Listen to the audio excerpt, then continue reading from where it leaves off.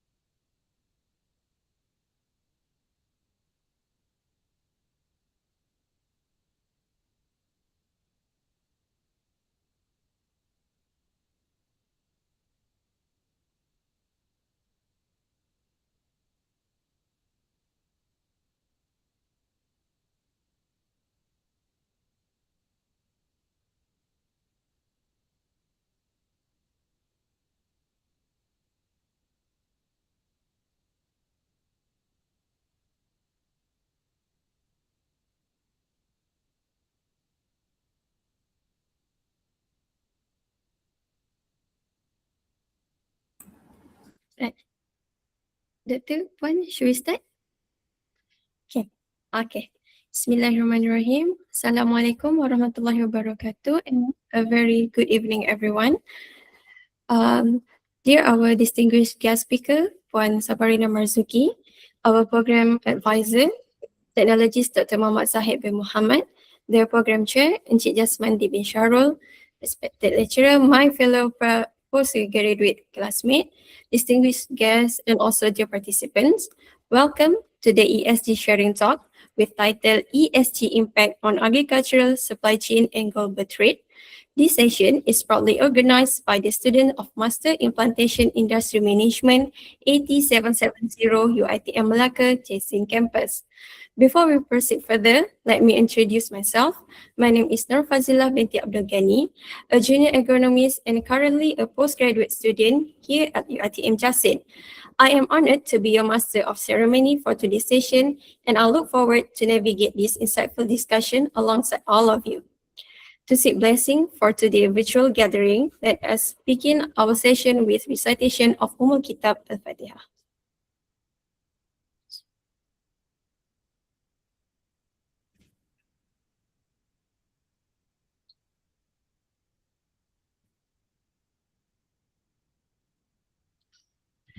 Thank you, and may our session today be filled with barakah and run smoothly. Ladies and gentlemen, this program is meticulously curated to serve a high-level knowledge-sharing platform, bridging the gap between the academic theory and the practical complexities of the modern plantation industry. Our session today is guided by three primary educational objectives. First, to analyze the evolution of environmental, social, and governance ESG framework, providing a comprehensive understanding of how these trends have transitioned from a corporate option to global imperative within the agricultural sectors.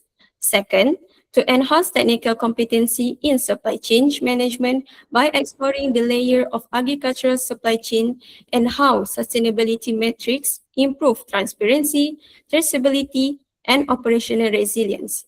And third, to evaluate the intersection of sustainability and global market access by examining how emerging ESG mandates fundamentally reshape global trade dynamics and influence the competitiveness of exports on the global stage. Ultimately, This initiative seeks to empower our master in plantation industry management and all the participants with their foresight on and also leadership insight necessarily to navigate the real world challenge and also strategic decision making required within the plantation sectors. Hence, ladies and gentlemen, we shall now proceed with the welcoming remarks by the representative of the organizing committees. May we invite the Dr. Muhammad Zahid bin Muhammad to deliver his speech. Doctor, the screen is yours. Thank you, Master of Ceremony, Puan Fazila. Bismillahirrahmanirrahim. Assalamualaikum warahmatullahi wabarakatuh. A very good afternoon to everyone. For those who are actually coming from abroad, good morning, good afternoon, good evening, wherever you are. Yang dihormati, Puan Sabarinah Marzuky from Sabarinah Associates, our distinguished speaker for today. To my dear students of 8770, which stands for Master in Plantation Industry Management, and to all participants, lecturers, and knowledge seekers joining us this afternoon through Google Meet. Selamat datang and welcome. Before I go further, I would like to take a moment to acknowledge Puan Sabarinah first. Puan Sabarinah is actually a very good friend of mine, and also humbly, I would like to point out that she is a guru, she's a sifu in this field. We are very much blessed to have her as our speaker today. Thank you very much, Puan Sab. And also, I would like to take this opportunity as well to acknowledge my students as well. For my master students, this session, the ESG sharing talk, ESG impact on agricultural supply chain and global trade, is not simply a knowledge sharing event. The deliverables that count today, it forms a part of the seminar requirement for my students.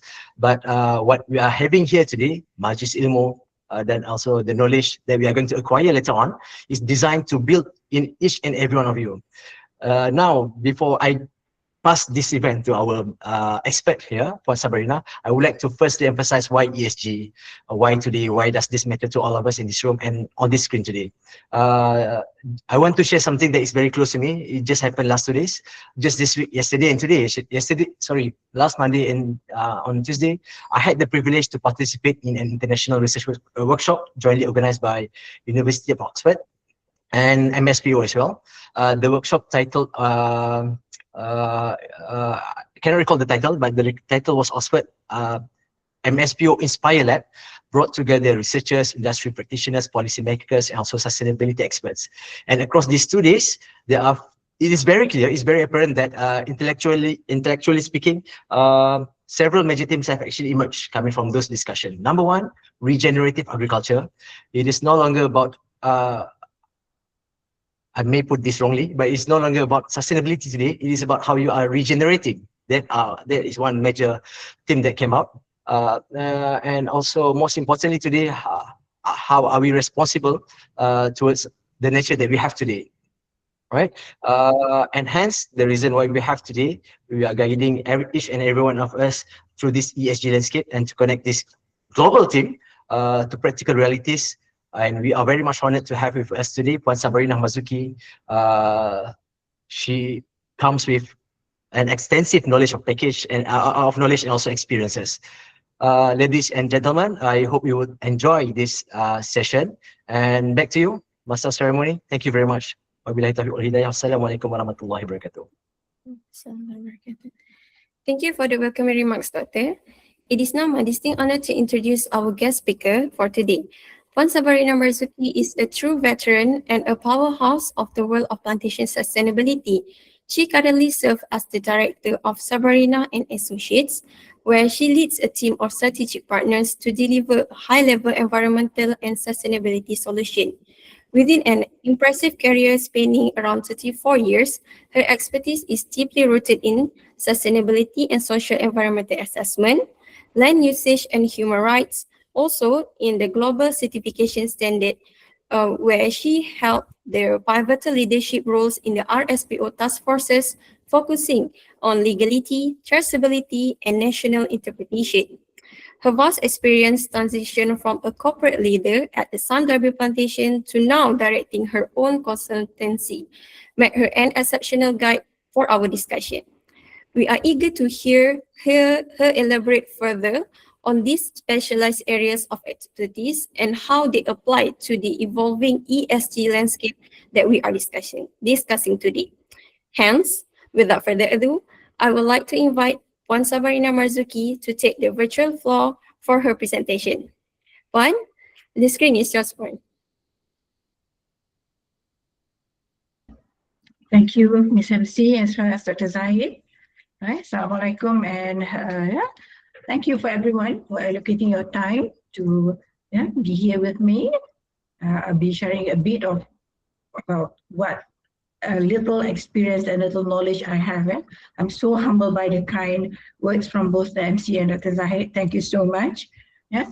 And I do hope that this is the session that we share. Yeah, this basically is an adult learning. Yeah, it's not about one way, just sharing slides, yeah, which would not bring much value, but do stop me at any time for any clarification or sharing of information as well, yeah? All right, so thank you, the secretariats, for assisting to project the slides. So I guess our time is supposed to be 2 to 5 p.m., but I guess we can take a 15 minutes break around 3:30, yeah, if everybody requires bio break, sure. Right? So, right. Okay, right. So let's start with the first one. First slides, the next slides, please. Thank you. Yeah, so I've been introduced earlier. Just would like to inform that I have worked across many sectors, and finally, somehow I ended up in the plantation sectors, particularly palm oil related. Yeah, and I was a researcher, auditor, assessor, and now currently working on giving advisory works. But what I would like to point out is that whatever I'll be sharing today comes from this space. As a researcher, as an auditor, as an assessor, as well as now as an advisor, basically, on doing consultancy works. So if any of you are working in the company currently, and you are dealing with auditors, and you have sorts of questions, why they are asking this kind of questions, share with me. Hopefully I'll be able to answer your questions as well, right? Okay. And I think when I know Dr. Zahid, the first time we get to know each other is because of the MSPO standards itself, right. Where I was leading the review, So the rest is what you can see on the screen. All right, can we go to the next slide? Okay, what we'll be looking at today, the first one, the session on understanding what is ESG. A very common, typical questions or slides that I will have here, just to explain to you a bit about ESG. Then we will look at why the need for the ESG. And of course, the last one we'll be looking at the title as you've given it to me, the link between ESG and agriculture. Okay, next one, please. Right, so we'll look at the first session on understanding of ESG. So as you can see on the slides, the definition or the information, basic information, if you Google ESG, is that it's about a criteria. It's about a set of criteria, used by investors, businesses, and stakeholders to measure sustainability and ethical impact of a company on, or the subject or the keyword here is investment. ESG is always very much related to investment. Right, the next one, the next bullet. So these criteria are basically looking at how you relate your operation to the environment, how you relate it to the social matters, how you relate to the governance matters, and most importantly, how it impacts your stakeholders. Who are your stakeholders? You name it. Your employees, internal employees, your customers, your buyers, the community where you operate, the what do you call it? The space where you're operating. So these are all your stakeholders.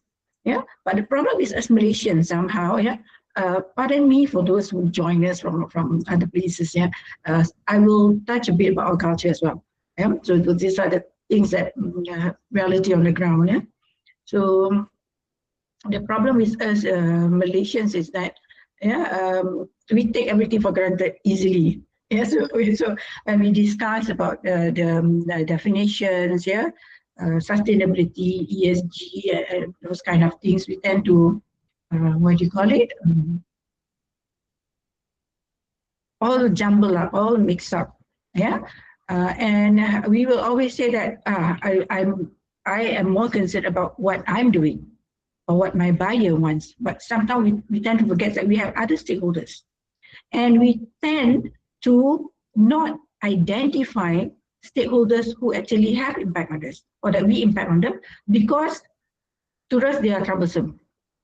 So we decided to say, okay, I would not want to acknowledge them as my stakeholder. So this is the easiest or the most, what do you call it? Most realistic issue on the ground that we came across lah. Yeah. So identification of your stakeholder when you deal or when you talk about ESG is very important. Yeah. All right. Next one. Okay. So everybody knows what is ESG, environmental, social, and governance. Yeah, and how it relates to each of the elements lah. Yeah. So when we talk about environment, definitely we talk about natural resources. Yeah, we talk about pollution, emissions. Yeah. And of course, climate risk is at the world global interest. Yeah, we can't just set it aside.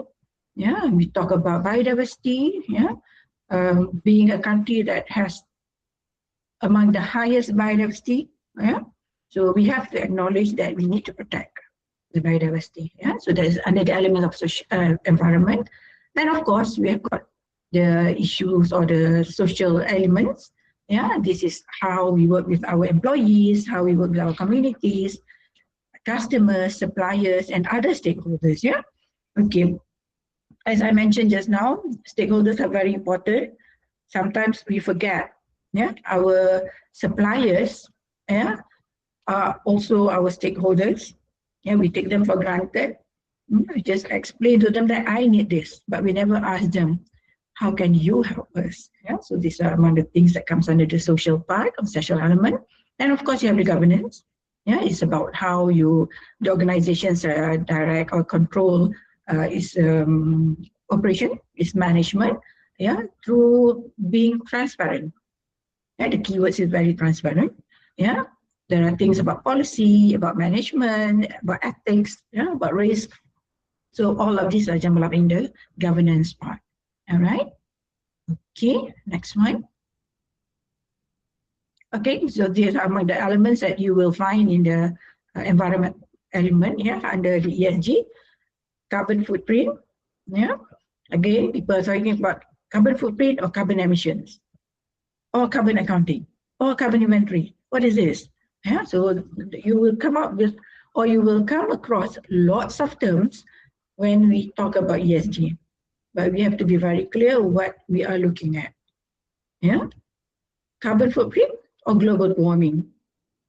Yeah, so my main advice is not to get confused. Yeah, with all of these things lah. Yeah, you can come up with lots of terms. You can, but need to be very clear what are you looking at. Yeah, all right. And then you look into resource management. Yeah, why people are fighting. Basically is resource management, yeah, and then of course waste, yeah, and compliance, yeah, very much related to pollutions, yeah, emissions, yeah. The good thing is that Malaysia is coming out with our own, what do you call it, framework, a legal framework on GHG emissions, on climate change, yeah. So soon. We will, once we have that in place, yeah, it will become legal that we have to do it. As of now, people are saying that that's just my buyer wants it, my importing countries ask for it, and so on. We don't put in much obligations on that, but once it becomes a legal requirement, it becomes a legal tool. There's no excuse. We still have to do it. Yeah. All right. Next one. Social elements of ESG, we are looking into diversity and inclusion. Yeah, so basically we have this, for example, on the diversity, yeah, diversity and inclusion. One of the policies that the government is advocating is having 30% of women at the board level or at the highest management or highest level. Yeah. Well, go back to our company or go back to our organizations, look into it. Are we really doing this? Yeah.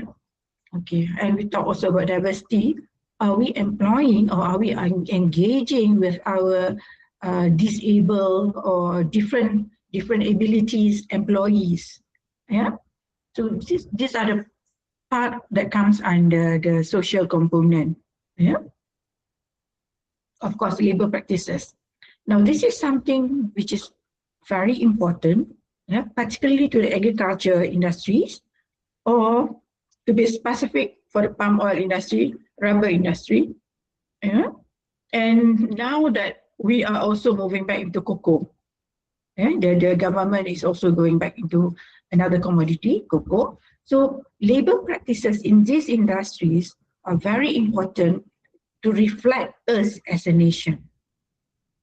Yeah. This is one element that we will always somehow be trapped. Why? Yeah, for us in the industry, yeah, particularly for the agriculture sector or the palm oil sector, yeah, our mindset is always, not to say always, our mindset is a bit stuck 50 years ago.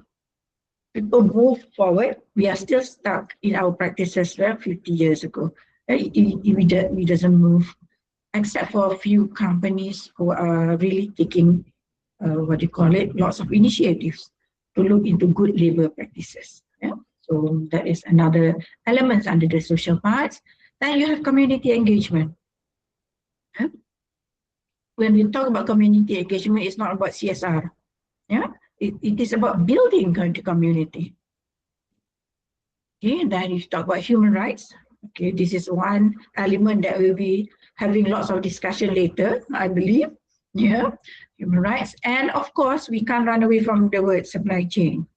Yeah, be it one level down or one level up. Yeah, our buyer or our supplier, we have to talk about social issues related to them. Right, next slide. Okay, governance. So we talk about board composition. I mentioned just now also about inclusion, about 30% and so on. Yeah, and then we have, of course, governance policies. We have ethical business practices. Yeah, somehow again we are, as a nation, we are always becoming a popular country with all the not so ethical practices, particularly in relations to employment, recruitment. Yeah, when we employ or when we recruit foreign workers. Yeah, from there goes down to the very lowest level, whatever non-ethical businesses, it has to be addressed when we are talking about ESG. Yeah, and then of course executive compensation. This is where you have to be transparent. How much the management receive the compensation and so on, whether it's commensurate with what their contribution. Yeah? Transparency reporting. So we're talking about whistleblowers. Yeah, we're talking about the whistleblowing channel. Yeah, the grievance channel. So these are all comes under the governance elements of the ESG. All right. Any questions so far? Okay. If not, let's move on. Okay. We talk about ESG. When does it start? Yeah. Right. So the word nowadays becomes a very bombastic word. Yeah? ESG. Everybody talks about ESG. But what is it really ESG? We have to understand the history of it. Yeah. So basically, when we talk about investment, traditionally it is always about money. It's always about profit. It's always about financial return only. Yeah. But somehow after, particularly in the after First World War, yeah, and then industrialization started, and people start asking, right, which business that I want to invest? Do I look only at the financial returns? Yeah, there's a debate on should you invest in weapons, yeah, arms manufacturing, yeah, versus other products. Yeah. because during the World War, definitely there's a lots of arms, or guns or weapons needed. Yeah, so the debate goes back there. Where or when should I invest? Yeah? Which sector, which industry? The most highest return, but in so-called getting me involved in killing people. Yeah? So this kind of question started, and hence what called the term called socially responsible investing, was established. And then in the 80s and 90s, there are lots of environmental issues. Yeah, and just for the sake of discussion, later during this period, 80s and 90s, 80s to 90s, or even up to early 2000, particularly in Malaysia itself or in Indonesia, as the biggest producer of palm oil, environmental issues, especially related to habitat destruction, deforestation, are a real issue to us. In other places as well, pollution, not many people or not many countries having good laws or legal framework for this.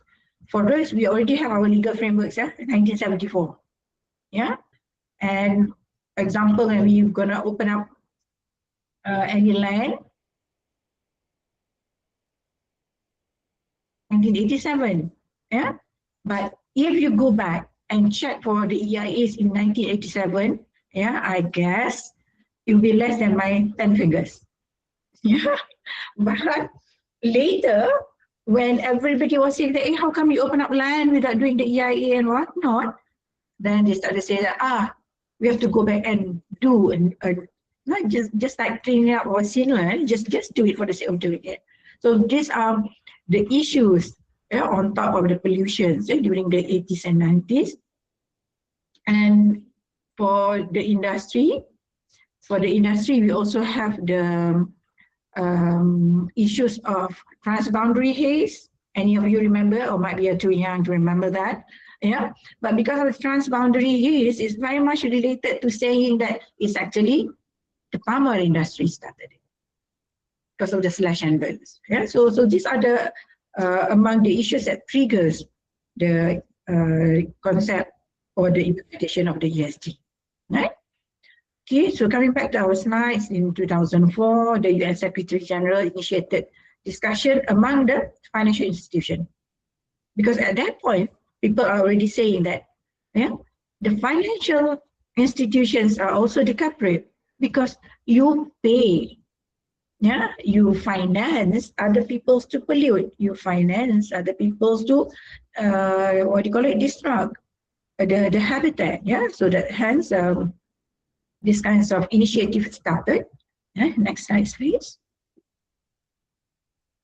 And a report, the title, Who Cares Wins, Connecting Financial Markets. So this report is the base, or the one that, trigger the so-called ESG, the terms, or the concept of this ESG. All right. Okay, so from there, ESG is actually looking at value-based investment strategy. Yeah, so we can say that ESG is, as we say, as per the earlier definitions, a set of criteria. So you want to invest, you look at what are the ESG rating, or what are the ESG level, or the ESG performance of a company before you invest, right? Okay. Apart from just now is social responsible investment. There's also ESG, but there's another one, a concept of investment is called outcome-based, meaning that I don't mind to have lower returns, lower returns, and I wouldn't mind that, but it could be I want to put in something that would have a social benefit. For example, low return, but help the community to be self-sustained. So this is a kind of another concept of investment. Yeah. So These are among the things about investment lah. Yeah. All right. Next one. Okay. So we'll talk about the very basic thing about what do you call it? Investment. Yeah. The concept of investment just now. Now I would like to touch this. Actually, we're supposed to look at the first 3 bullets only. Yeah. ESG versus sustainability. Now, from all our learned participants here, could you tell me, yeah, what's the difference? Ignore the bullets and the below part. Look at the upper side, yeah. ESG component versus sustainability pillar. You have environmental, and both sides have environment, yeah. And then the other one, the ESG has social and governance, and sustainability pillar, you have got social and environment economics pillar, yeah. But to your own, yeah, or in your own opinion, yeah, to you, what's the difference between these two? Anyone would like to share with me?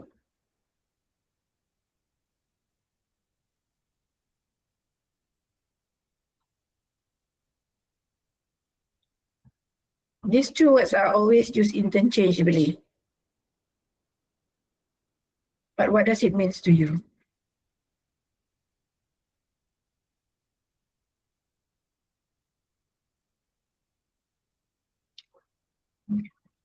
Yes, anyone would like to share that? Feel free to unmute yourself, anyone, students. Yes, please.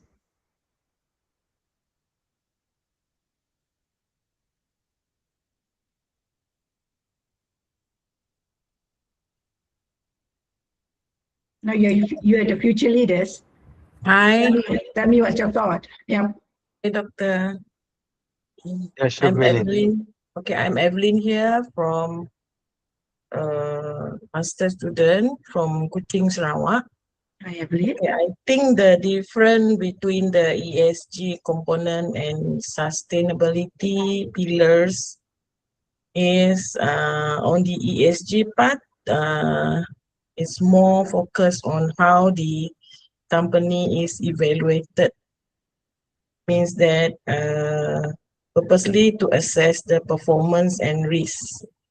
And Okay. then on the sustainability pillars, focusing on how the system or business is built sustainability used by the such as government, planners or any organizations lah, and purposely to guide a long-term development. Okay. I think that is one of it lah, Doctor. Yeah. Yeah. When we talk or when we discuss about sustainability, yeah, or even in this matter ESG, there's no right or wrong, yeah. Okay. So, but your keyword, the keyword that you used, Evelyn, was risk. Yeah. Yeah, it's very true. It's very correct. Yeah. So basically, when we talk about ESG, we are evaluating risk. Yeah, related to that organization. Yeah, particularly reputation. Yeah, later we will look at why it becomes so important about the risk. Yeah, and yes, so as per what you can see, the bullets below that, under the ESG, yeah, actually it's a communications elements. We know our risk. We are trying to tell them that I'm minimizing my risk, or my risk is low. Come and invest in my organization. Yeah, or accept me. Yeah, my risk is low. Yeah, I'm doing good. Yeah? And usually ESG is very much related to rating, risk rating, performance.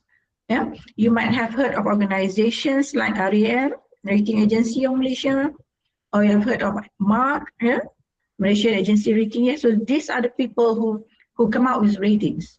Yeah, especially for those who are going for IPO. Yeah, who wants to be, what do you call it? Listed, who wants to get public funding. Yeah? So the performance or the ESG ratings is very important. Yeah. Then let's look at the sustainability. So sustainability is basically practices. How you practice what you are going to do it. Yeah? How you do things. For example, if in the plantations or in the farm, we are talking about good agricultural practices. Or in the milling, we talk about good manufacturing practices. And so these are the, what do you call it, practices, conservation practices. Yeah? Soil conservation, habitat conservation. Yeah, so these are the practices. Yeah, that's the words there, FPIC, free, prior, and informed consent.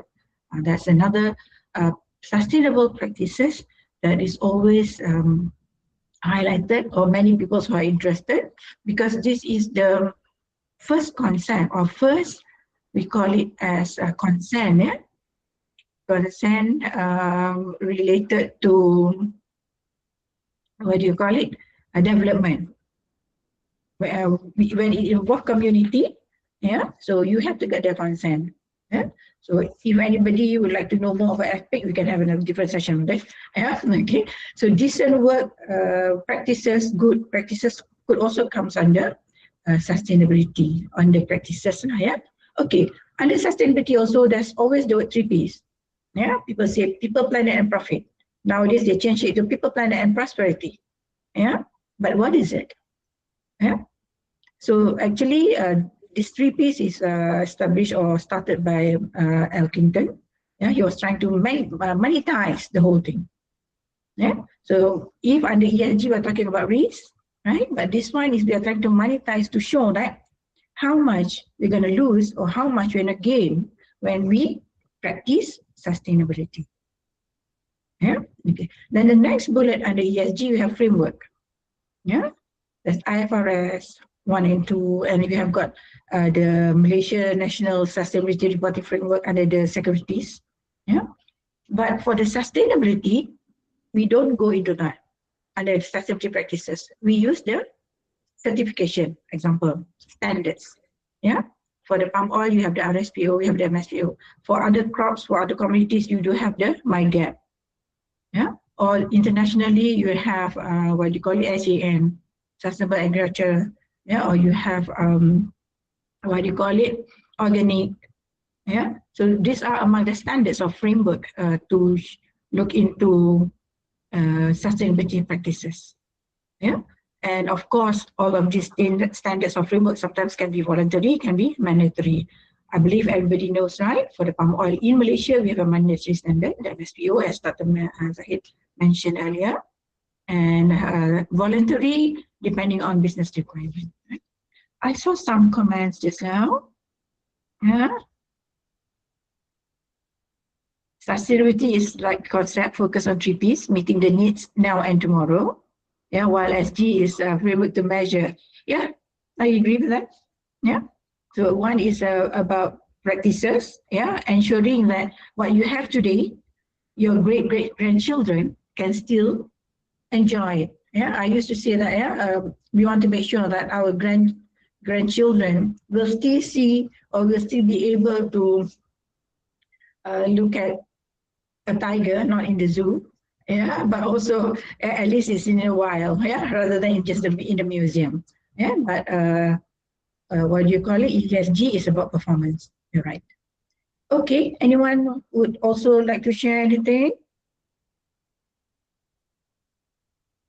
Okay, if not, let's move on. If I may Yes, point out, please. I noticed your introduction on the historical Mhm. and historical involvement of ESG, right? Mhm. When did governance become a highlight on the business perspective?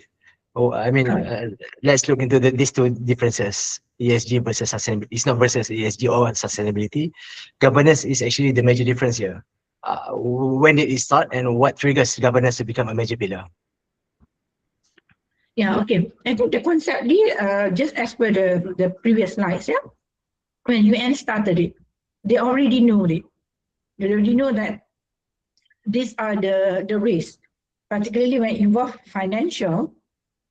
Yeah, there's a lots of at certain department or certain unit, and there's a lots of issues with malpractices, about ethical businesses. So this is where the governance comes in. Whereas the economy and the sustainability is about, as we mentioned just now, monetize it. Whether we benefited from it, we profited from it, or we lost because of the unsustainable practices. Yeah? And I think governance becomes very, very important when at the national level. At the national levels, there are projects, there are awards of projects and so on.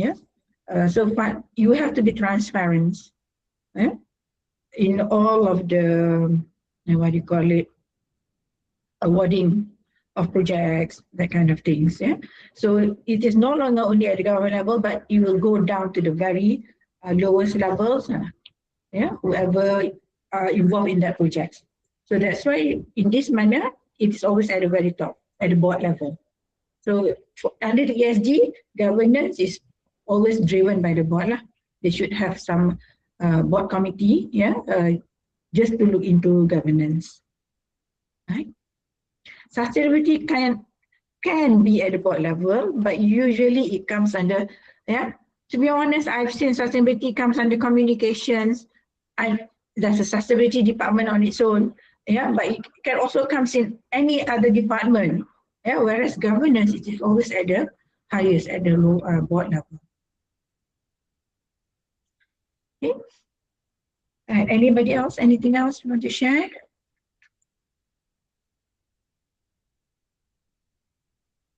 Right. If not, I would like to extend a little bit. Puan Sabarinah, thank you. I noticed the distinction. A lot of our practitioners actually noticed that there's a line here. There's a line. ESG. Looking into this comparison, I believe ESG is a capital side discipline, and sustainability is more on the production side, if I may put that word correctly, in a way that it is a fundamentally production side discipline, right? It governs what is happening on the ground. Unlike ESG, it governs how investors work, how the staff, to put it that way, lenders or buyers evaluate and price risk, how Belin put it just now. And they are actually putting it into transparent. They are making this transparent so that everyone can notice they are doing this this governance in a good manner, correct?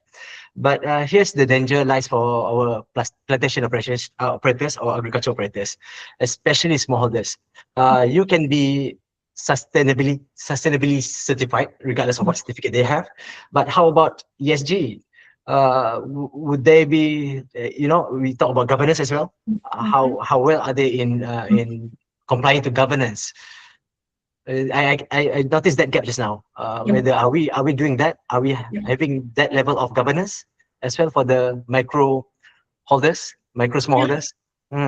Yeah, I would say so. Yeah, thank you for bringing that out, Dr. Sahid. Yes, there's a big difference there, particularly in the small holdings, because let's say I only have 40 hectares, and my main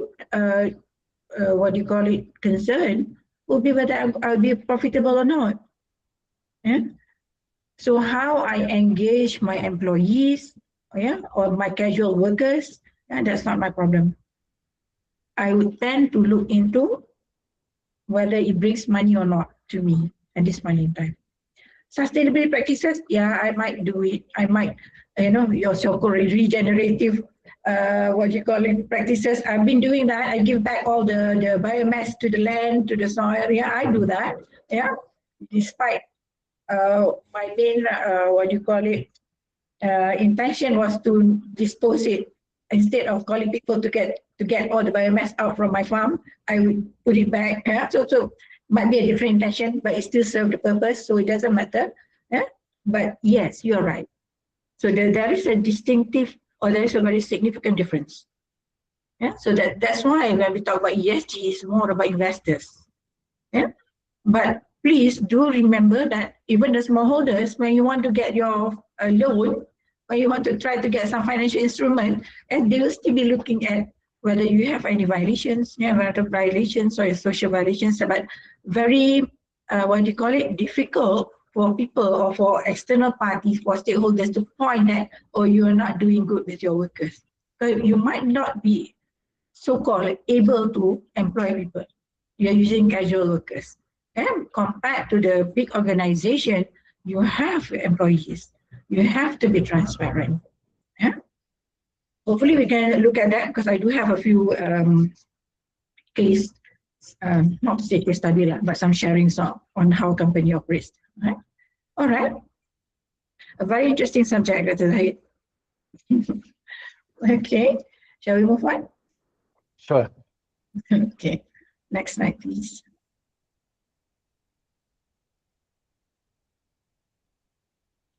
All right. Okay, that's a question.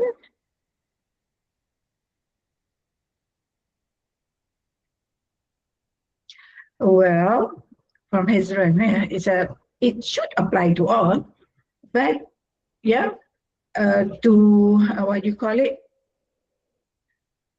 Practice or to implement, yeah, the requirements of ESG could be something that you need to think about. Yeah. So if it's a small company or a small organization with the resources needed, whether it's commensurate with the investment that you're attracting. If you're, the investment, you only need less than 100,000, then you can find it somewhere, and you want to go to the bank and say that, tolong lah, please help me. Yeah, and the bank says that, oh, do you have this? Do you have this? Do you have this? Yeah, and then you might say that, forget it, I'm not going to go to them. Yeah? So the level of what do you call it? Capability plays a role as well in this. It should be applicable to all, yeah? And I'm not saying that it's only for the big players, no. But your level, the capability. Yeah. All right, we are moving to the next one, yeah, which is on why we need ESG. Yeah? So let's look at the driver of why we need the ESG. Right, next one, please. Okay, the first one, yeah, why people go into ESG, the pressure comes from regulatory, legal requirement. Yeah? And legal requirement does not necessarily mean Malaysian legal requirements. Yeah? So our legal requirements, yes, we definitely have to fulfill, we definitely have to comply. Yeah? But there are also legal requirements in our buyer's country that without fulfilling that, we cannot export our products. Yeah? So this is why ESG becomes something people need to do now. Yeah? So legal is something, legal requirement is something that you cannot say that, oh, I don't want to comply. It's given, you have to. Yeah? For example, when we talk about no deforestation, yeah? Forest in Malaysia, there is no specific regulation to say that no deforestation, yeah, for the forest behind your house. It's only no deforestation of forest within the forest reserve. Yeah, but there are other legal requirements elsewhere asking that even it is not in the forest reserve, but if it is identified or defined as forest, yeah, or some says natural forest, you might not be able to develop the area, you might not be able to sell the forest. So these are among the regulations that we have to follow. Yeah? Of course, we talk about environmental pollutions, everything. That one is well, what do you call it? Well structured forest in Malaysia. Yeah? So that's under the regulatory pressure. The next triggering point, yeah, is investors and buyer expectations. Yeah. Okay. When we were developing, particularly for the palm oil industry, yeah, way back in the 80s, 90s, even 2000, yeah, there's a lot of issue. Yeah, and bankers or financial institutions were taken to task. What do you call it? We're having lots of issues, lots of how do I put this? Lots of interested parties, yeah, observing them and telling them that you're not doing right. Yeah. If you would have heard, yeah, particularly in the case of in Indonesia, there's one company that developed an area with the funding from an international funding, like international funding.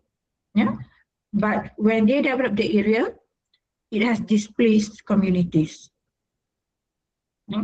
So the funder, the financial, the person who, the organizations that give loans to the developer, to the area to develop the palm oil estates, were taken to task because they were saying that you were the one, that give or provide the capability for the company to disrupt the habitats, displace community, that leads to lots of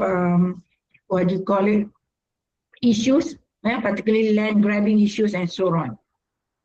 So in this matter, it's no longer about me as a estate operation.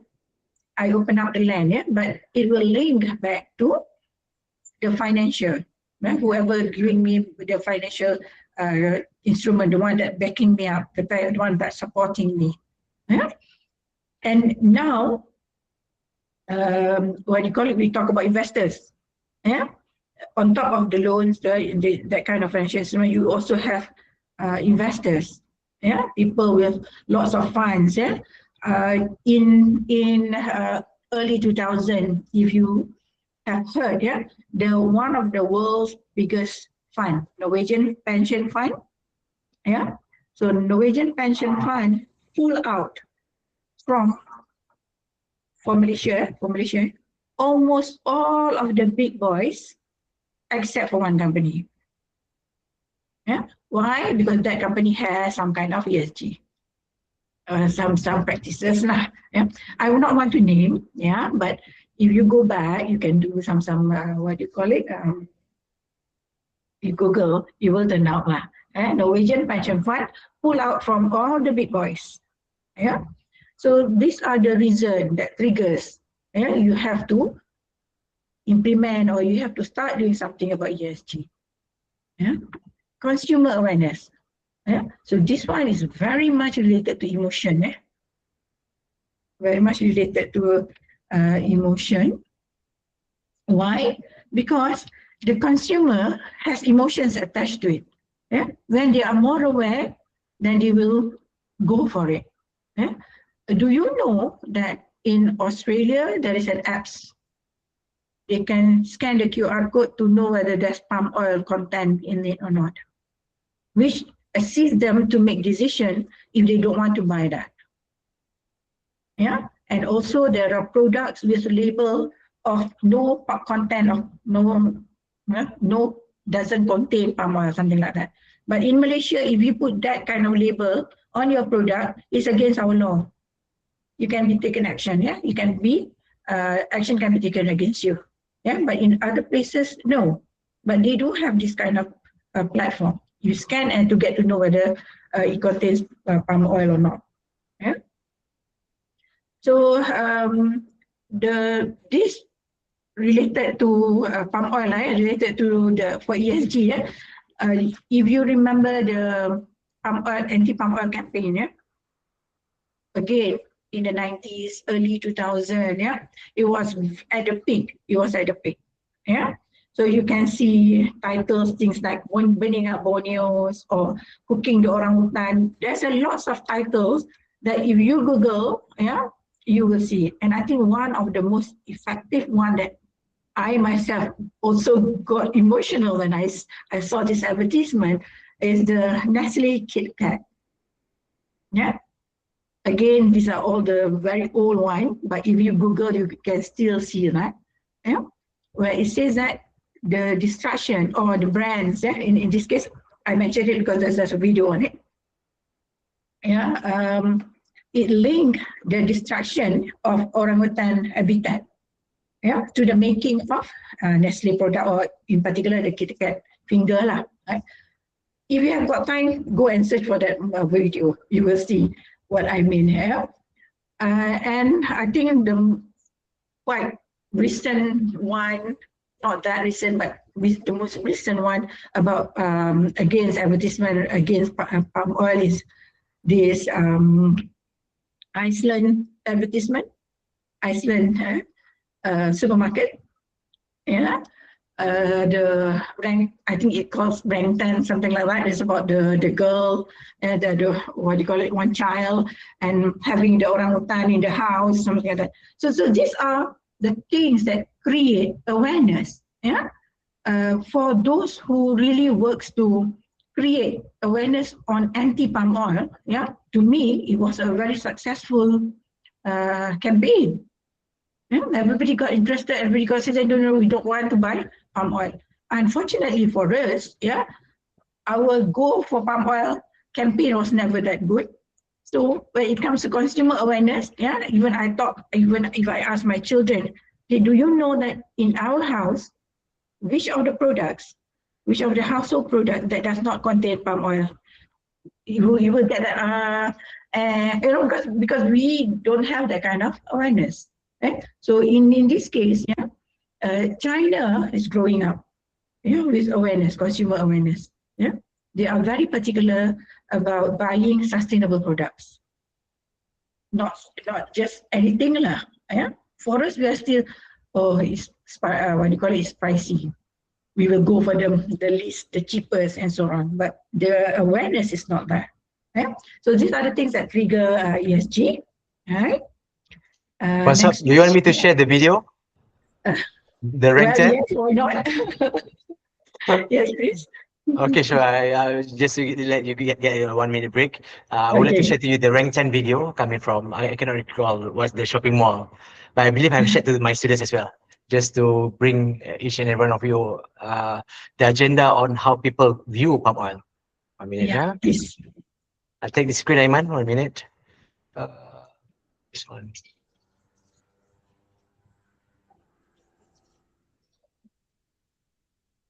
This one, okay.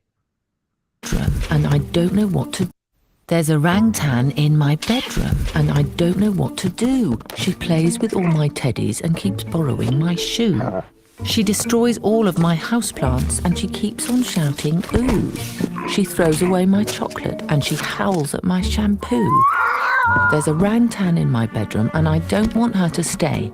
So I told the naughty orangutan that she had to go away.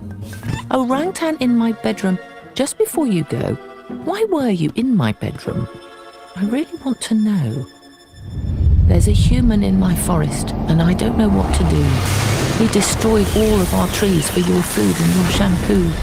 There's a human in my forest and I don't know what to do. He took away my mother and I'm scared he'll take me too. There are humans in my forest and I don't know what to do. They're burning it for palm oil. So I thought I'd stay with you. Orangutan in my bedroom, now I do know what to do.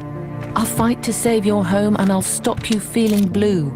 I'll share your story far and wide so others can fight too. Orangutan in my bedroom, I swear it on the stars. The future's not yet written, but I'll make sure it is ours.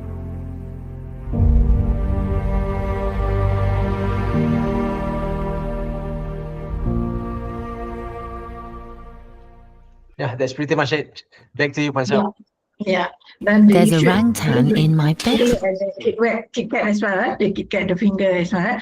Okay. Now, why I'm putting it here is that because the successful of the campaign, yeah, and it is an eye opener for those who doesn't know about that all our products, all our household products actually contain palm oil. Yeah? So it could be good, it could be bad, depending on your narrative, how you highlight or how you share it. Yeah. Okay. Next one. Or do you want to take a break now?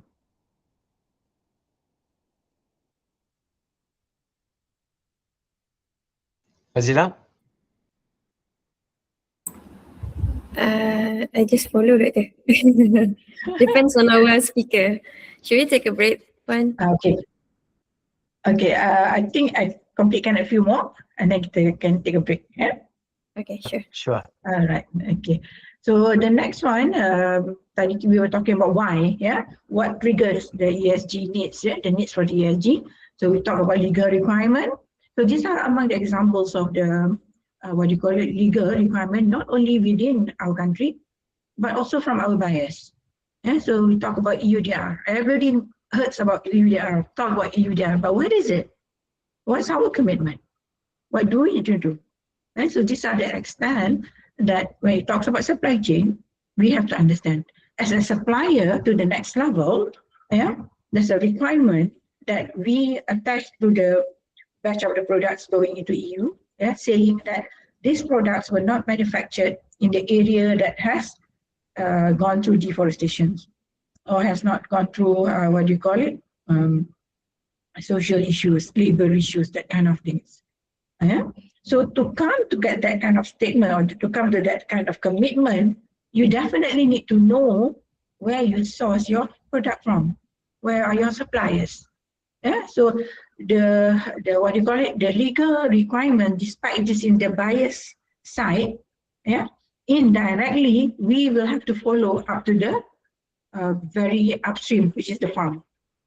If where it started, the farm or the estates, does not fulfill this requirement, then you can forget about the whole supply chain. It will not fulfill the requirements. Yeah? Same with goes with the German supply chain due diligence. Yeah? This is about human rights. Yeah, if you have forced labor, if you have what you call it, slavery in your supply chain, yeah, it cannot enter Europe. Sorry, it cannot enter German, and there are consequences if you don't fulfill that. Same goes with the CSDDD. Yeah, this is a due diligence is coming. Yeah, this one also you have to have what you call it, a statement to say that yeah, your product does not cause does not what do you call it, you trade your workers good or all that kind of things. Yeah, you have to have a verification to say that yeah, I'm confident of yeah, my product fulfill all of this requirement lah. UK Modern Slavery Act was the first to be introduced. Yeah, it says that at a certain threshold, a company that operates in UK or even the headquarters in Malaysia, yeah, but you have operation in UK with a certain threshold of income revenue, you still have to follow this UK Modern Slavery Act. And it stated that action can be taken on your parents' company walaupun dekat Malaysia, even though it's in Malaysia. Yeah? So these are the things that if we are not into this, we will not know. Eh? We don't see it because it's indirect. Right? So the IFRS or the Malaysian, this one is basically if you are listed, yeah, then you will have to follow what do you call it, Bursas requirement, and this one is different framework. Eh? This is Securities Commission's framework, but then there are things that you under the Bursa, you have to what do you call it, sustainability statement you have to follow. CBAM is coming, despite this is not related to palm oil, yeah, but it's about carbon related. Yeah, so we have to be what do you call it, one step ahead. We need to know what's coming. You cannot be just staying there and then suddenly when it hits your head and you say, oh, I'm not ready. There's no such thing in that case, right? All right, next one. Okay, investors' financial expectation. Yeah, we have talked about the framework and the standards. Yeah, PRI is for all those financials, the financial institutions. Yeah, then you have equity principles, a very old framework. Yeah, then you have IFC performance standards. Yeah, so anybody trying to get loans or financial aid from IFC, there are lots of requirements there. And then you have TCFD, you have TNFD, of which yes, the CFD now is IFRS. So there's a lot of changes, or there's a lot of movement to standardize, to make sure that we can use one framework but still fulfill other frameworks now. Yeah? Okay, so what you can see on the screen about what financials we'll be looking at. Yeah? Do you know that in Malaysia, the bank will ask you, do you have MSPO? If you don't have MSPO, forget it. That's the first criteria to kick out. Yeah, so these are the things that, what do you call it? Already in place now, already in reality. Yeah? Okay, next one. What's up, all banks, is it? So, yeah. Oh, okay. Unfortunately, they don't announce it, but that's the first screening. And this is where many smallholders got stuck with it. True. Okay. All right, next one. Okay, this is buyer's expectation. You might have heard of this NDPE, no deforestation, no new development on peat, and no expectation policy. But trying to understand what it means is a different level. Yeah? You can have the policy, but whatever commitments in there, you really have got to implement it. Yeah? Some people love to make policies to say that, oh, I will do this in my supply base and whatnot. But when we ask them, okay, so if there's a child labor at the farm where you source your products, your produce, would you do it? Would you do something? Or then the manufacturer will say, oh, no, it's within my premise. Hello, within your premise, you definitely will fulfill all the legal requirements. You will never have child labor in your premise. Yeah, but those upstream, which not within your control. So these are the things that sometimes people don't really look into. Yeah, most of the cut and paste policy and ended up with this kind of commitment. When we truly ask them, then only will they realize that, oh, actually, I'm not going to that commitment. Yeah, so you have the NDP policy, you have AFI, yeah, and then Consumer Good Forum. Okay, now the buyers program is something that many of us do not realize. Yeah? For example, Unilever have their own programs, Nestle have their own sourcing programs, yeah, of which they would ask you to follow certain requirements. And mind you, each of the brands, of this buyer or the brands, some of the requirements are similar, some are not. So if you have got 15 buyers, you need to check all the 15 buyers whether the requirements are the same. Okay, so next one, I think. All right, let's take this question. Given the existence of modern slavery, read that too.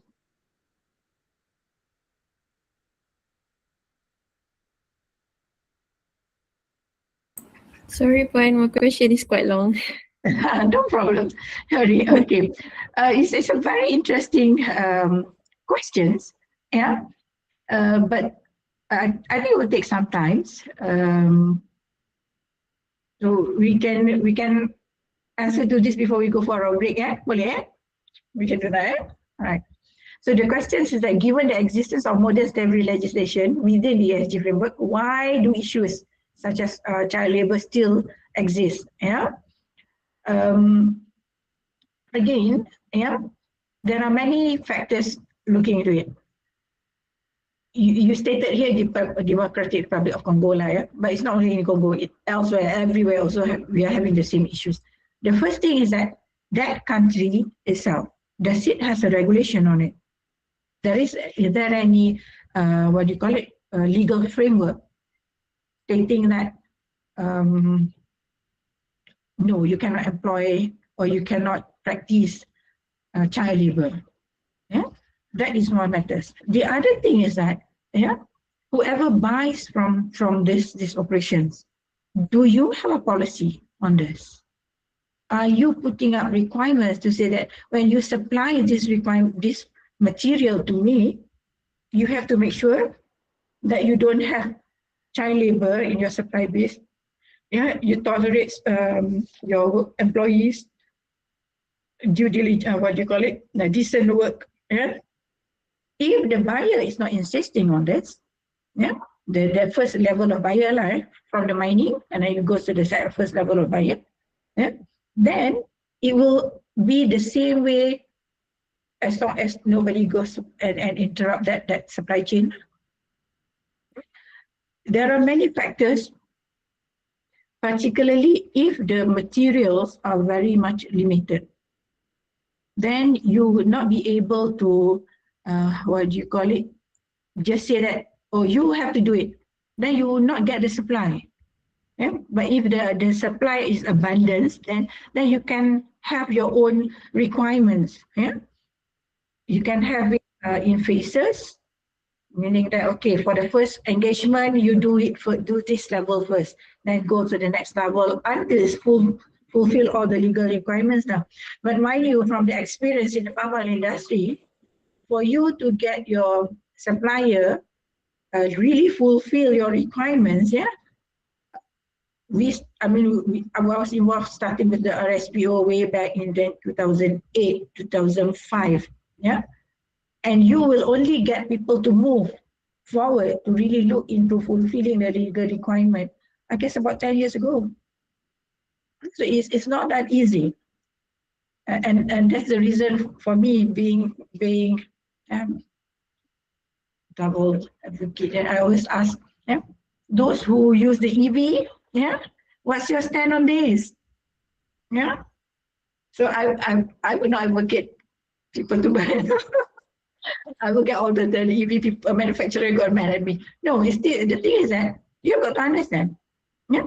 If you are willing to pay for certain things to disconnect that supply chain, yeah, you have to pay for it. So would you be willing to pay higher price to get your EV that, you know, sourced from, in this case, Congo or wherever?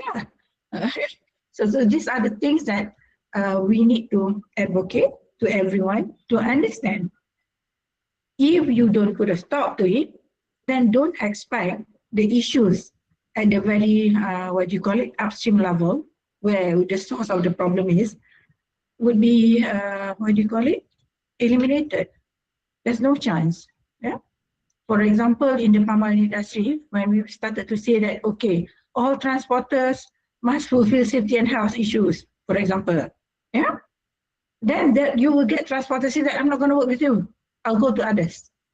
Until the whole industry say that, look, everybody is asking for the very same thing. Then only the transporter say that, okay, I give in, I will work with you. So for you to move from one stage to another would take you years. Yeah. So that's why we can say that, why there's still issues. Yeah. Yeah. So at the very, end, the left end or the other end, yeah, it has to work. Pushback. The pushback will have to until the upstream or the last line. Yeah. I hope that answers the questions. It's not as straightforward as it looks. Yeah. Okay. Next one.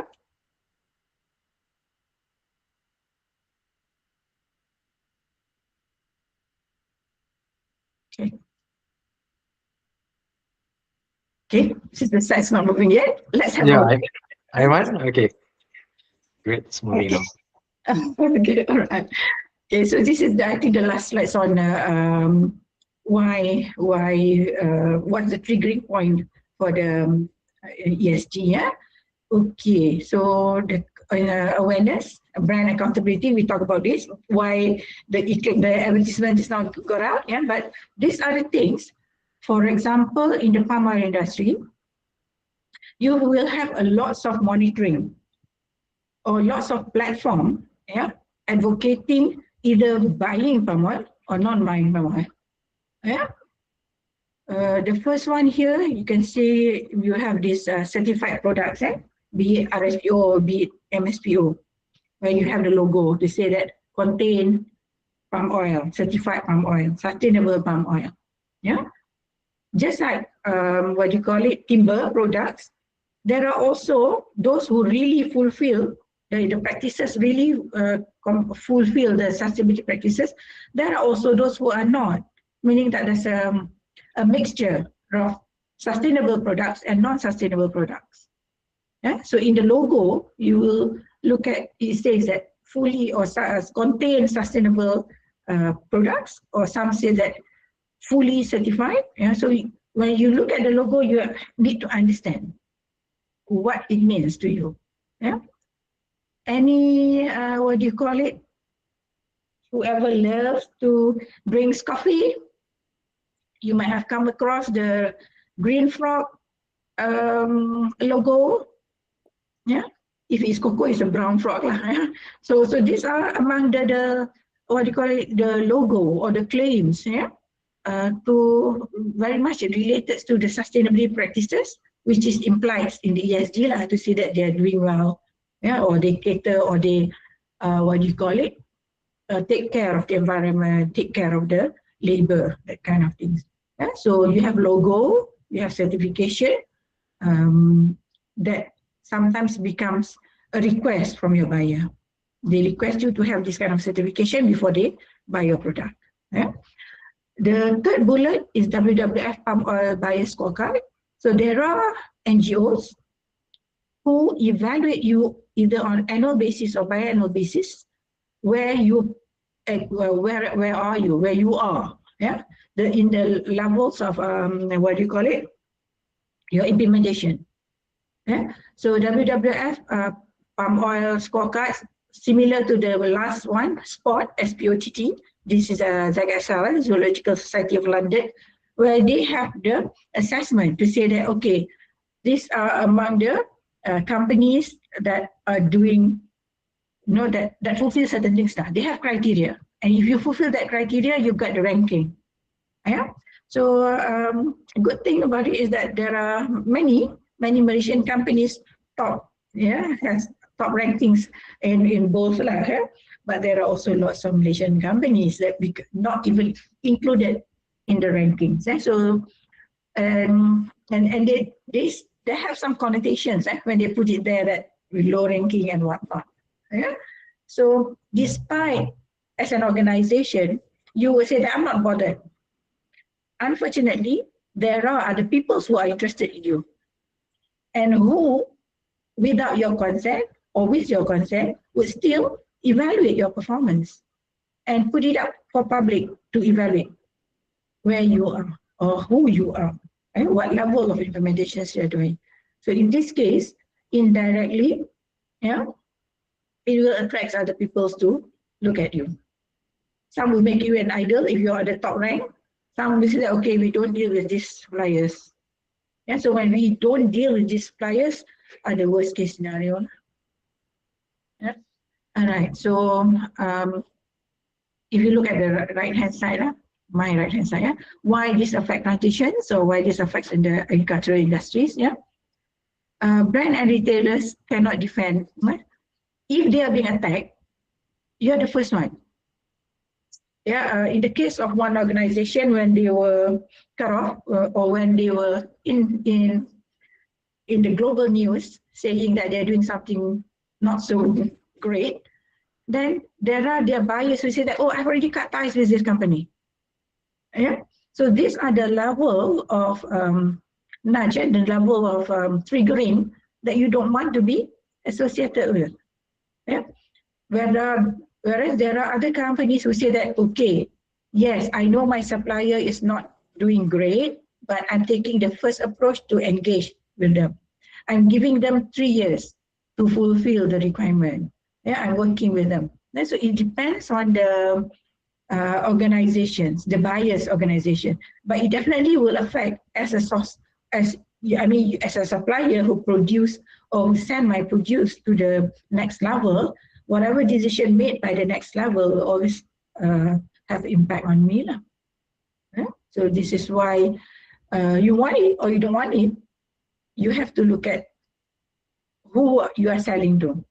Yeah, whether it's a strong brands or it is a Malaysian brands that okay, yeah, or Malaysian brands that are not bothered. Yeah, so but might be mindful in the sense that I used to get this kind of remarks when we first started, when we were first involved in the RSPO and MSP things. Why bother? We are not selling to EU. Yeah? We are selling to Pakistan or we are selling to elsewhere. My answers to them always will be that, sure, you're not selling to them. Sure, you're not selling to EU. Yeah? But if we are selling to China, yeah, if China is importing your produce, your products, be reminded that China manufactures other products that will be sent to EU. And people in EU, when they buy it, they will ask you where you sourced it from. When I was with certification body, that was way back in early 2000, yeah. We got requests, we got people asking us, yeah, can we verify aromatic candles. Do you know what is aromatic candles? The one you people use in the spa? Huh? They were asking, where does this aromatic candles comes from? That was in 2000. And people don't bother about what do you call it, about traceability at that point in time. Yeah, but there's already questions asking. Yeah, can the source of the wax, can the source of that candle be traceable where it comes from? Yeah, so these are the things that we sometimes did not pay attention to. Okay, and then monitoring by external parties on the estates or farm conditions. Right? Again, there are many remarks I received that I do whatever I want to do. Nobody knows what I do. But these people forgot, yeah, that there are satellite images directly right on top of your head showing that you are doing clearing, or hotspot telling that you're burning something. Yeah, and all of this information, yeah, with technologies available, is at the fingertips of whoever wants to use this information. Yeah. So these are the things why we have to educate, we have to tell the farms, the plantations industry, yeah, you are not in silo. Yeah, you think that you are your own business, but there are people minding or people interested or still have interest on your operation. In Malaysia, we call it kepochi. So you know, there are lots of people who really wants to know about you, what you want to do, what you're doing. Yeah. So these are the things that sometimes many organizations forgot that they are being monitored. Right? Okay. Next one. Okay, I think this is a different title already. Maybe we take a break. Yeah, 15 minutes break. So we resume at 3:45. Okay. Okay. So, ladies and gentlemen, we will have a short break for 10 minutes. And within this time, you are welcome to type your question in the Google Meet chat box. Also, a quick reminder that regarding the session attendance, the link to the attendance form has been posted in the Google Meet chat box. And I kindly request all participants to click the link and fill in your details to ensure your presence is recorded. Thank you. Thank you. So we'll meet at 3:40, correct? Yes. All Yes, right. Doctor. All right. Okay. Meanwhile, just to address, thank you so much, participants, for joining us. I noticed there are participants from Indonesia. Indonesia, please thumbs up. Are you here? I noticed someone is also from Thailand here, and also I'm not so sure those are the names which are not which are beyond my networking here. Welcome, and feel free to unmute yourself should you have any questions. Yeah. Right. See you in a bit, in 10 minutes.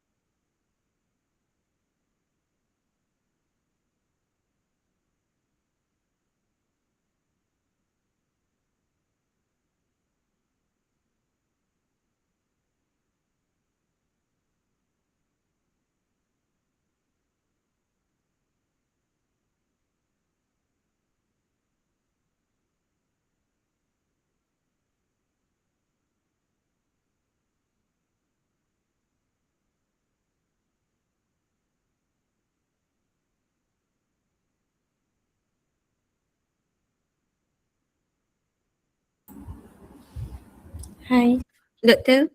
Puan. Should we start? Should we resume? Yes. Yes, Right. okay. Okay, welcome back everyone. Puan, we actually have two questions, one in the chat box and another one in the Google form. I think I need to read the one from the Google form first. Should I? Yes, please. Okay. So the question is, from your experience, what is the biggest gap between ESG policies and actual implementation on the ground in agriculture? And how can this gap be realistically addressed? Okay. Yes. I'll give my very honest answer. Yeah. Right. Okay. Actually, yeah, this is very true. There's a big gap of the commitment between the commitment and the implementation. Yeah. Okay. One thing about the industry is that at this point in time, we still see a lot of industry who come up with their policies based on what other people are doing, or based on cut and paste. Yeah. I took it from my friend who took it from my friend who took it from my friend. Yeah. So in this case, that is not your actual commitment. Yeah? So in this what do you call it, situations, yeah, whatever words or whatever commitment put in the statement, in the policy statement, yeah, you might not be able to commit to it. So that's why for us, when we do advisory works, we tell our clients, yeah, can you really do it? If not, take it out. Put in your minimal commitment, what you can do. From there, you step out. Yeah, when you renew or when you review your policy, if you think that you still need to do it at the same momentum, continue doing it. But you say that no, I want to step ahead. I want to step up. Yeah, I want to do something more. Then revise your policy to address what will be your concern or what you want to do it, how you want to do it. Yeah. And many people just take policy lightly. Yeah? For them, it's a requirement, so I put it without knowing that it's actually binding you, because people will monitor your commitment. When you say something, yeah, what is the level of achievement? What you put in the policy, have you really achieved it? Yeah? So this is the danger of putting ambitious or the highest what do you call it, commitment, when you cannot really do it due to the resources. So to what do you call it, reduce the gap, or to make it more realistic on the ground, yeah, you really have to look at your capability. If I'm only capable to do this much, then put in your commitment based on what you are able to do. Don't be ambitious. Yeah? Yeah, that's my very honest what I've seen on the ground. All right. Okay, Puan. So the next question is in the chat box. How can smallholder farmers adapt to ESG requirements given their limited resources? Yeah. Okay. I think we did talk about this a while ago. Yeah. But as we say, that it is applicable for everyone. So if any small holdings that are still interested to do it, yeah, they can try to do it in phases. Yeah, meaning that whatever you can do first, yeah, try to do that, and then step up. Then what you call it, by be familiarize yourself with what are the requirements. Yeah? But before they do it, I will always ask the questions: what's your needs? Why you need to do this? Yeah. If they say that this is part of the requirement from the banks, fine. Yeah. But if there's what you call it, just for knowledge, that's better. Because once you do something with knowledge, with passion, you want to do it, the outcome will be different. Rather than people shove it down your throat and you just, okay, for the sake of doing, I just do. then the output or the outcome from that will be different.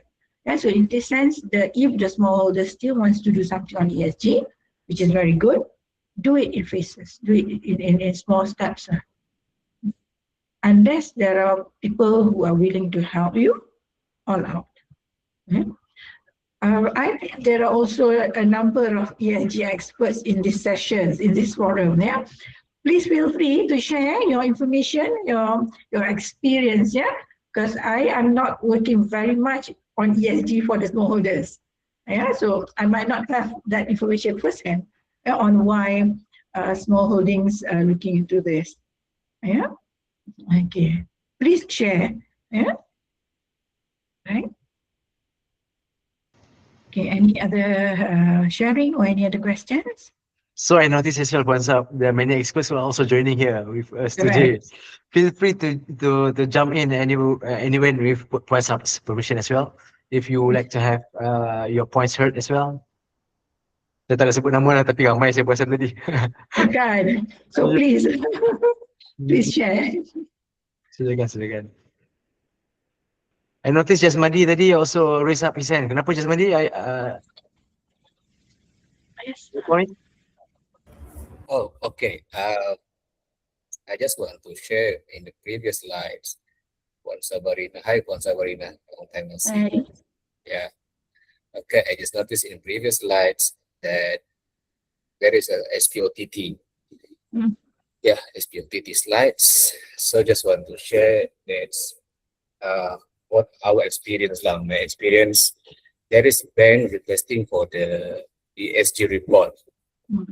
And eventually this company producing a SPOTT because our company also doing a SPOTT verification. So when the company provide a SPOTT report, so eventually the bank accept that report is a part of ESG. Yeah. So we can say that ESG is booming, even though we want to apply for a loan. Most of the banks right now are requiring the ESG report or the commitment regarding this ESG. Yeah. Just want to share about it. Yeah, thanks for sharing. It's true. Yeah. So as I highlighted that SPOTT or WWF. Yeah. So if you are ranking, top 50 or you're ranking in the 50th rank in that assessment, yeah, it can still shows that you're doing something good. Yeah. But one thing what we have to understand is that they, either WWF or SPOTT, they have their own criteria. And these criteria can be very transparent when they approach you. Do you want to be rated? Can you give us information? So this is where the companies need to be transparent. Give all information you have. But many companies say that, oh, this is confidential. We don't want this to be shared and that kind of thing. And hence that will lower your ratings. Yeah? So when it lower your ratings, people like us who have got no other jobs, like just monitoring others what they're doing, we will pick it up. We know that you see you're at the last rating. Yeah, I would not want to work with you. Yeah, or people like me say, okay, let's work with them to improve their rating from 50 goes up to 25. That would be good. Yeah, it always backfire. It always has two sides to a coin, lah. Yeah, so if people look at that rating for a better for the positive things, good for you. But if they're looking at it for the negative point of view, well, all the best to you. So and when this SPOTT was established very much earlier in the 2000, yeah. In fact, I got involved as well when they asked, send me the questions whether this is appropriate or not, and that kind of things. Yeah, it was very, what do you call it? Many people would not take that towards their advantage. People say that this is another questionnaire, don't bother with it. Yeah? But after the rating came out, then they see that, oh, buyer are saying that you are not committed. Yeah? Then the importing country says that don't work with them. Then only they realize that this kind of monitoring are actually free to promote yourself or to make it worse. Yeah? Yeah. So it's your choice, basically. Also, I found out our topic today related to the ESG supply chain and trade. when we talk about SPOTT, is linked together because, like you said, buyer is keen to supply or source the material from the top ranked company, which is when we talk about SPOTT. So buyer much prefer to buy for those to the company who has a high transparency. Like you said, what are top 50 at least? Yeah, that's just my point to share with Yeah. the rest of Thanks our for sharing. Thanks for sharing. And there's other experts here as well. Please share.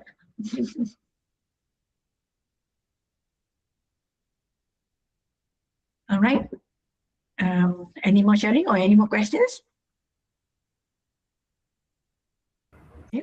I don't have much more slides. Yeah, I don't have many more slides, but I believe this is where, yeah, at this level for the master's students, yeah, it's more of what do you call it, sharing information and getting to what do you call it, align our thoughts lah. Yeah, whether we are particularly we all contribute to this country, so let's have what do you call it, more constructive discussions on how we can contribute to that. Yeah. All right, if not, let's move on. We are at the last sections on what is it or how ESG affect the agricultural sector. Yeah. Okay, next slide, please. All right. So you can see the words there, yeah, why ESG matters in agriculture and the word market access. Yeah. So we were saying that when we talk about ESG, it's very much related to investors, very much related to market access, very much related to, yeah, whether the buyer, yeah, wants to buy it from you. Yeah. So let's look at what are the issues that keeps on highlighting or that keeps on surfacing when we talk about market access. Yeah. So land use change, yeah, land use change, HCV areas, buffer zone, habitat. These are very much related to land and biodiversity. Yeah. Okay. For our country, or for that matter, Indonesia as well, or those that what do you call it, within the equatorial zone, yeah, we are very much having, yeah, the highest numbers of species, highest numbers counts for, yeah, interspecies, species, whatever it is. Yeah. So, and those are of global interest. So the moment, yeah, you so-called disturb that balance the ecosystems, yeah, definitely it will trigger certain parties, certain interested parties on what you are doing. Yeah. Let's say I'm an expert on gorilla, yeah, which we don't have it in here, yeah, but definitely, yeah, I would say that that's another primates, cousins to the orangutan and whatnot, and I'm still interested. Right? So these are, at the end of the day, yeah, they will use, or the interest, the interest will lead you to say that you cannot develop the area, you cannot clear this area, you cannot fell this area. Yeah. So in the early 2000, yeah, when the certification of the sustainable palm oil started, yeah, there's always the debate of orang hutan versus orang miskin. Yeah. Have you heard of this debate? Yeah. So they were saying that, yeah, the debate is actually fine. You want to conserve or you want to preserve, what do you call it, the orangutan habitat. Yeah. But then again, who is going to look into the orang miskin, the poor people? Who is going to look into the poor people's welfare or well-beings? Yeah. How do they get money? How do they get income if they don't develop the area, yeah, for subsistence or for some economic values? Yeah? So these are the things that create or leads to discussion of the balanced development. You can develop, at the same time you still have to consider what's the consequences of that development. Hence, you will notice that many certification would have a cut-off date. You can develop, but we will only buy from area that has been developed before this period. Those that develop after this cut-off date, after this period, we will not buy it. Because you already know that you should not fell forests, you should consider the habitat and whatever it is.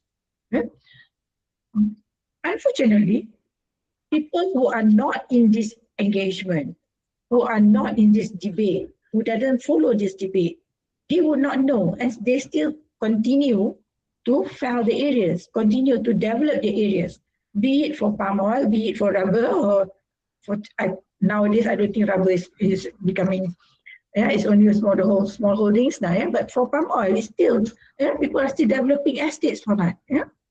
So this is the question now. If you develop this area, can your products, can your produce be sold to the specific market? So these are the questions that for us, whenever people ask us, can you help us to do SIA, EIA and whatnot, and we say, what's your cut-off date? If your cut-off date is this, you will not be able to enter this market. Do you still want to carry on? We are always the culprit, telling them not to, But these are the things, the realistic things on the ground that, unfortunately, for those who have not this, that this kind of information does not, does not reach them, then they will have this difficulty. So when it comes to market forces, the clients or the buyer, when they notice that you, let's say, develop this area after the cut-off date, I definitely would not want to source from your farm. So in this case, I will take you out from my supply base. So you have, or you will lose the opportunity to sell to me, despite I am very transparent, despite I pay higher price, despite I can assist you, I will still not source from you. So these are among the issues that reality on the ground that we see. So I guess this is part of our responsibility. I have my brother-in-law who palm oil, who, planted oil palm, I think about 7 years ago. And I said that, hello, you need to know that if you want to plant, you want to grow oil palm, there are requirements. You have to follow this and follow this and follow this. And the answer I got is that nobody tells me that. This is my land. I can do whatever I like. I say, okay, fine. But now, when in this case, MPOD going in, telling that, oh, you cannot do this, and that your land title says that you cannot convert, whatnot, and we say that, okay, I have a problem. What do I do now? I can be nasty to say that it's not my problem. I've already told you. But then it will not solve any issue. It will not solve that issue. And at this point in time, we are still stuck in that situations now. There are still lots of farms in Malaysia, that are still hanging. They will not be able to enter certain markets. But if later, at this point of time, we do have this what we call as EUDR compliance product. So those are completely known to be traceable, that can be sold to EU, fine. But what will happen to the so-called non-EUDR compliance? So these are the issues now. Can we go back to the previous slides? All right, so we're just working on the land and biodiversity, which is the cut-off date, or the, exclusion of certain areas will happen in the supply chain. Okay, so that would lead very much to the commodity, the trading, the traceability, where you have to know where you source it from. Okay, the next words or the next one is on workers and communities. Yeah, you might have heard of all the ILO's indicators. You have heard of decent working agenda and everything. Yeah, that relates very much to working conditions. So these are among points or elements that are being assessed for market before they accept the products lah. Yeah? So we talk about DDDD just now, CSDDD, yeah, or even UDR. So these are the part of it lah, yeah, on how you treat your workers, yeah, so on. Yeah? Particularly for us Malaysia, again, yeah, I'm not proud of this, but unfortunately we are very well known as one of the countries that not treating our foreign guest workers or foreign workers well. Yeah.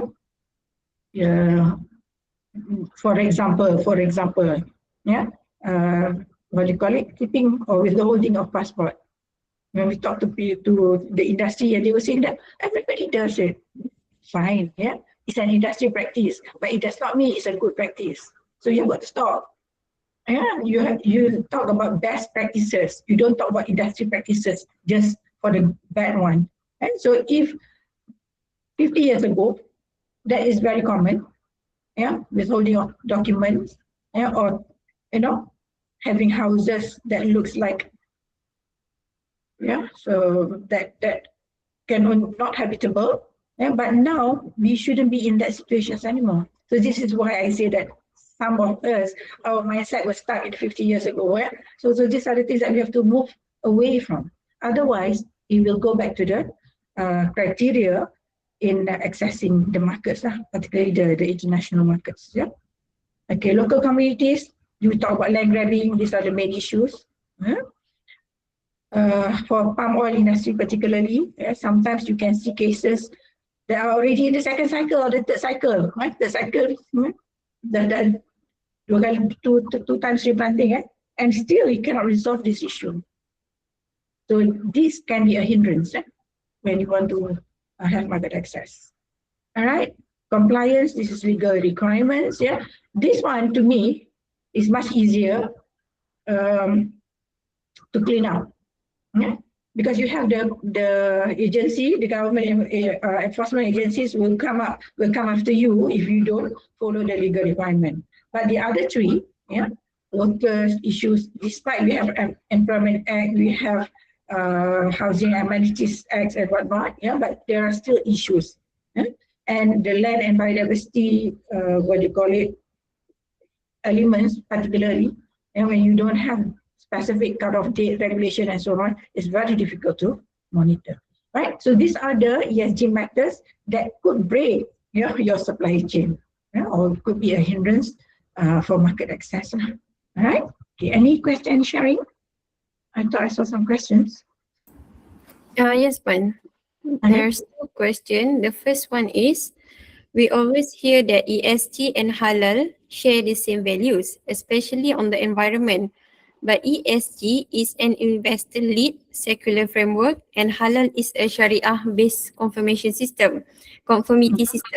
So rather than using one as a one-size-fits-all replacement for the other, is it realistic to build a single integrated ESG halal model for industry, and what are the main risks or blind spots if you are trying to do that? Okay, thank you for the questions. Very interesting questions. Yeah.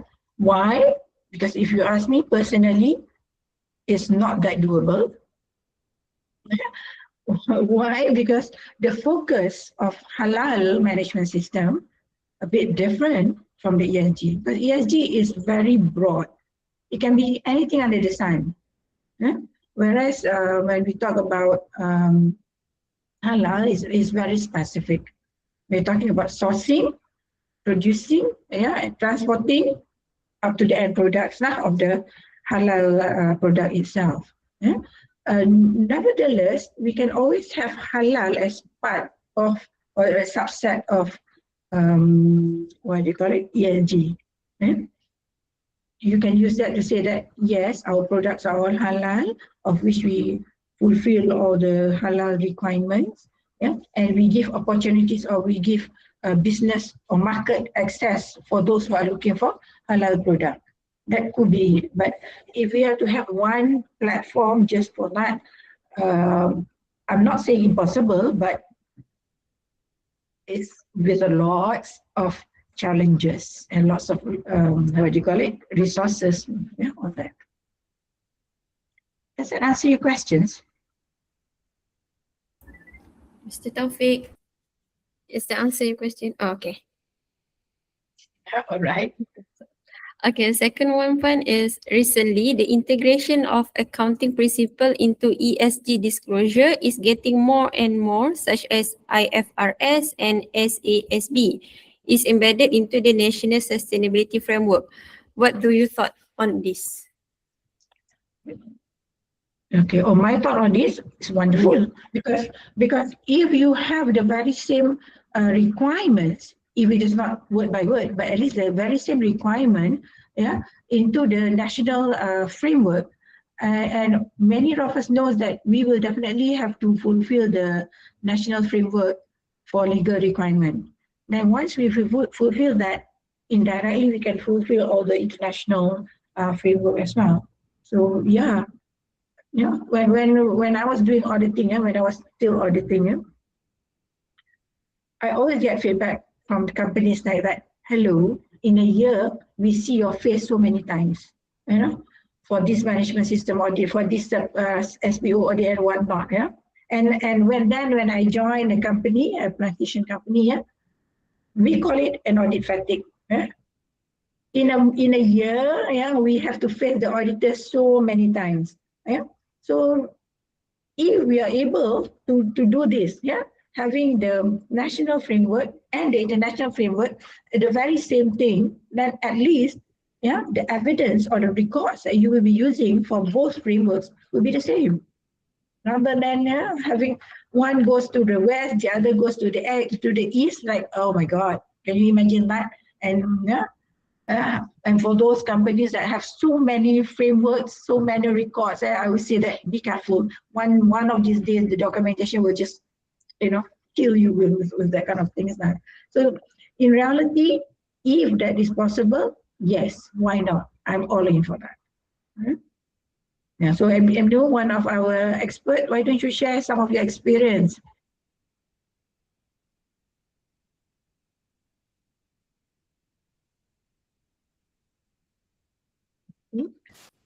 Maybe towards the end we will call you. Yeah, okay, thank you for that. I'm not the expert lah. So basically, on my talk, I mean, basically, ESG is a evolving things that is keep changing like every single year, right?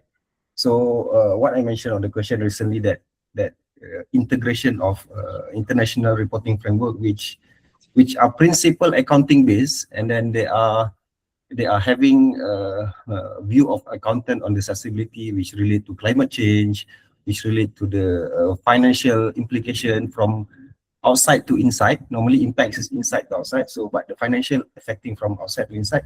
So actually this thing is for a big company that invested a lot on the ESG, and they have the capital, okay, to moving out in the ESG agenda is fine, but some company, they have a limitation on it. So to understand the standard of accounting into the ESG also is kind of difficult. Apatah lagi if you want to moving into the ESG kind of it. So it's a bit hassle for especially for, I would mention SME lah. I mean the middle-sized company also has the difficulties to adopt, especially this accounting system into the ESG. So that's why we receive some feedback towards it lah. It's a capital movement of money into the ESG application. That's my concern on it lah. Yes. And when the concept of environmental accounting started, way back again in mid 2000, everybody was trying to everybody have to crack that how to monetize all the environmental issues and the rectification or whatever amount of money you put into the environmental accounting. And now it's the similar concept. Yes, monetize it, taking all the accounting principles into it. For us who are not based on, we don't come from the accounting background, it will be a headache for us, definitely. Yeah. So if it can be done in a simplified manner, for at least, as you mentioned, as you put it, for those who are not familiar with it, who don't have have very limited resources, at least it can still be done. I hope the industry moves towards that as well. Thanks, everyone, for sharing. Okay, I saw there's another question, right? Yes, I will- another I- question. 1 minute, I believe Tuan Faris Oh. is unmuting himself. Tuan Faris, are you here? Yeah. Would you like to point out your question? Or did he accidentally unmute himself? Mr. Faris? All right. I believe he's not here. Or maybe he has a technical error. Okay, back to you, Fazila. Another question. Perhaps you can read out the question first. Okay, another question is, may I have your opinion on the conversion of the degraded palm oil land into housing project? Does this comply with the ESG approach? All right. Okay. This is, how do I put this? This is based on the interest of the owner of the land. Yeah. For ESG, the value related or how you link it to the value. Example, that degraded palm oil or oil palm area. When you talk about degraded, means that there is less value. Yeah. But if you can turn that into a housing area with better value, why not? But there are also debates on it. Yeah? Debates on it is that this area, does it fall under the permanent food?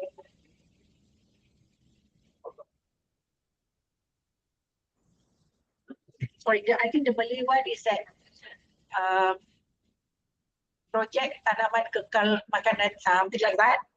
Yeah, which is for the food security. If it falls under food security, the zone for the food security purposes, yeah, and you change it into the housing projects, then might be you defeat the purpose. But if it is a private land, then value-wise, yeah, we cannot determine. It has to go back to the owner. So in this manner, if they decided to change it into housing areas, it brings more value to them. Definitely, their investors would go for it. Sorry, it's really that's under Inshallah now. So sorry. Okay. So yeah, does that answer the question? What's it?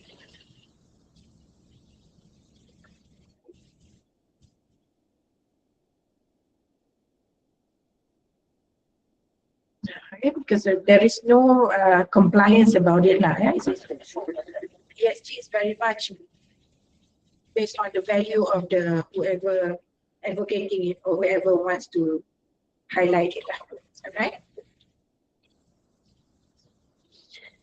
Okay, if there's no other questions, let's move on with our slides.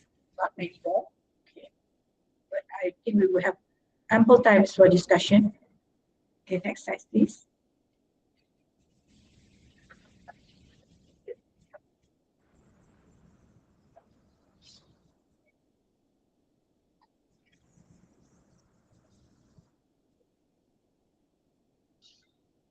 All right. Okay. When we talk about supply chain, yeah, we cannot run away from looking at the whole supply chain or the whole value chain, yeah, which is always from the upstream to the downstream.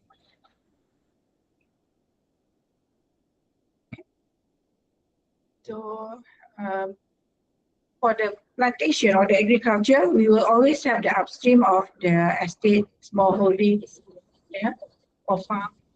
Then you will have the next one, yeah, which is not in this what you call it, diagram.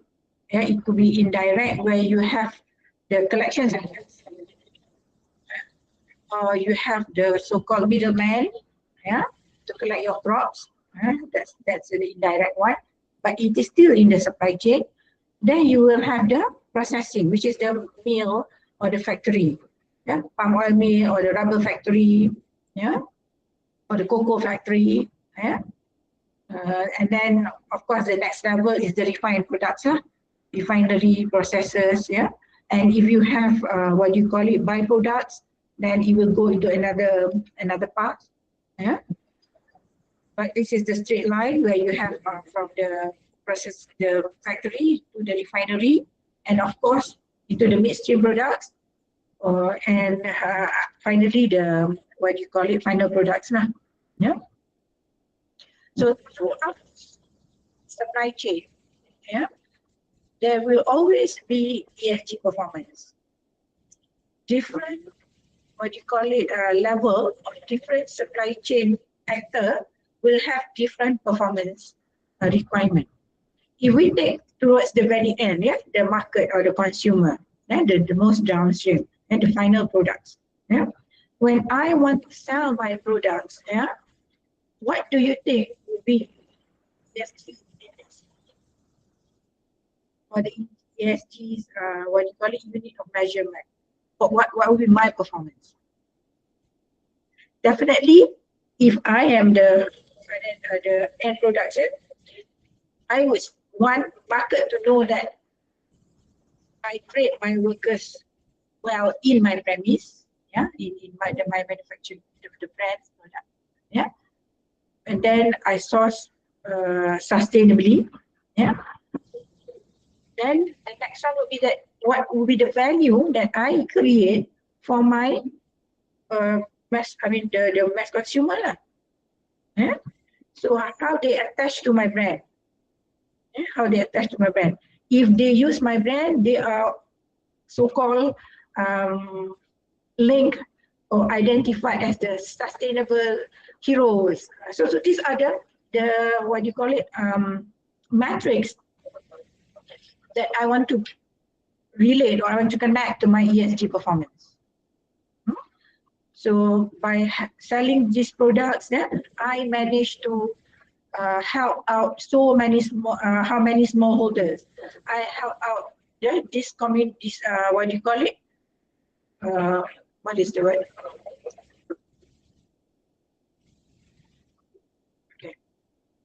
The community, yeah, one community that is not so. Okay. The term doesn't come to my mind now, but it's not disability, but the community that it could be a bit sidelined. So by selling my products, I'm telling them, the consumer, that I am helping them. So these are the connotations, or these are the label that I want to be attached to my product. Right? So my ESG parameters will always be linked towards that scenario, towards that what you call goals. Right? In doing this, I will go one step back to the manufacturer. So I have to tell them that, look, I am telling the world my product is so good, my product is helping smallholders, my product is doing this and that, doing conservation and whatnot. So I need you to commit to that. How I commit, yeah, or the level of my commitment would differ. Yeah? Some will only give it in the agreement. You do this, yeah, at your own cost. But if I am a very committed one, I will say that, okay, I will share the cost. Meaning, right? Yeah, you will do this for me, but the expenses of you doing it, we will share the cost. So that's the level of commitment a brand would have. So along that supply chain, from the manufacturer goes to the processor, to the mill, to the factory, to the very end, to the smallholders. Yeah. So when you call it, these are the level of commitment in the supply chain. Yeah? But we can see that many of times, this level of commitment breaks somewhere. Yeah, it is broken. Yeah? So the, what do you call it? I can claim that, oh, I have lots of smallholders. Yeah, but when we verify the information, when we talk to them, they say that, oh, the meal is doing it for me. But what kind of assistance you give to meal? We just put it in our agreement to say that they have to source from this kind of group. But whether they are really doing it, you don't have any information about that. So again, this ESG, yeah, to some level, it could be, again, self-claim, yeah. So the experts here, yeah, those who are doing verification on ESG, yeah, Zulkarnain, Avenue, and then, yeah, so a few names. Hey, please help me out with this. Yeah? But these are the things. Yeah? The level of commitment from the very end to the other end. And we have to understand because there will be a lot of broker change here. Yeah. Okay. So among issues that keeps on coming back or coming up when we verify or when we ask for this is legality. Yeah. And the decision about it. If you found out that your supplier at the very end, the farm actually planted on land that does not belong to them, what do? Cut them out or work with them to get their land to be, legal? If it is in forest reserve, what are you going to do? It's very limited options, because it's illegal in the very first place. But if that is the only land, that is the only plot for subsistence, meaning that you don't buy from them, they're not going to be able to sell it elsewhere. So what are your decisions? So these are the thoughts, or these are the things that are going on throughout the supply chain. Every decision has consequences. So what are you going to do about it? Okay. All right, so just sharing with you the legality, land legality, labor records, particularly if it is estates, you know the ratio. For example, in the palm oil plantation, in the oil palm plantation, how many workers to land? Then by going there, by doing that, you will already know how many workers required. Suddenly the estate says that, oh, I only have this many workers. Then obviously you will know that there are many undocumented workers working there. So these are the things that when you verify or when you look into ESG, you have to understand the operational level of it. If you go to manufacturing, there are other issues. If you go to, refinery, or you go to the sales of the end product, there are other issues. So at every level of the supply chain, we have got to understand what are the issues now. Right? For the meal, again, traceability, pollution could be a main issues. Refinery, usually refinery onwards, emissions, GHG emissions or carbon emissions are things that are picking up. People are asking, the buyers are asking you.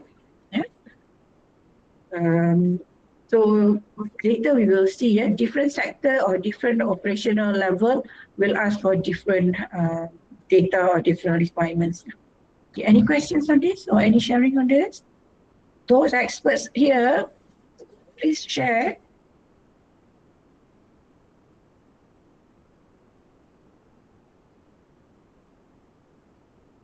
All right, if there's no questions, then can we move on?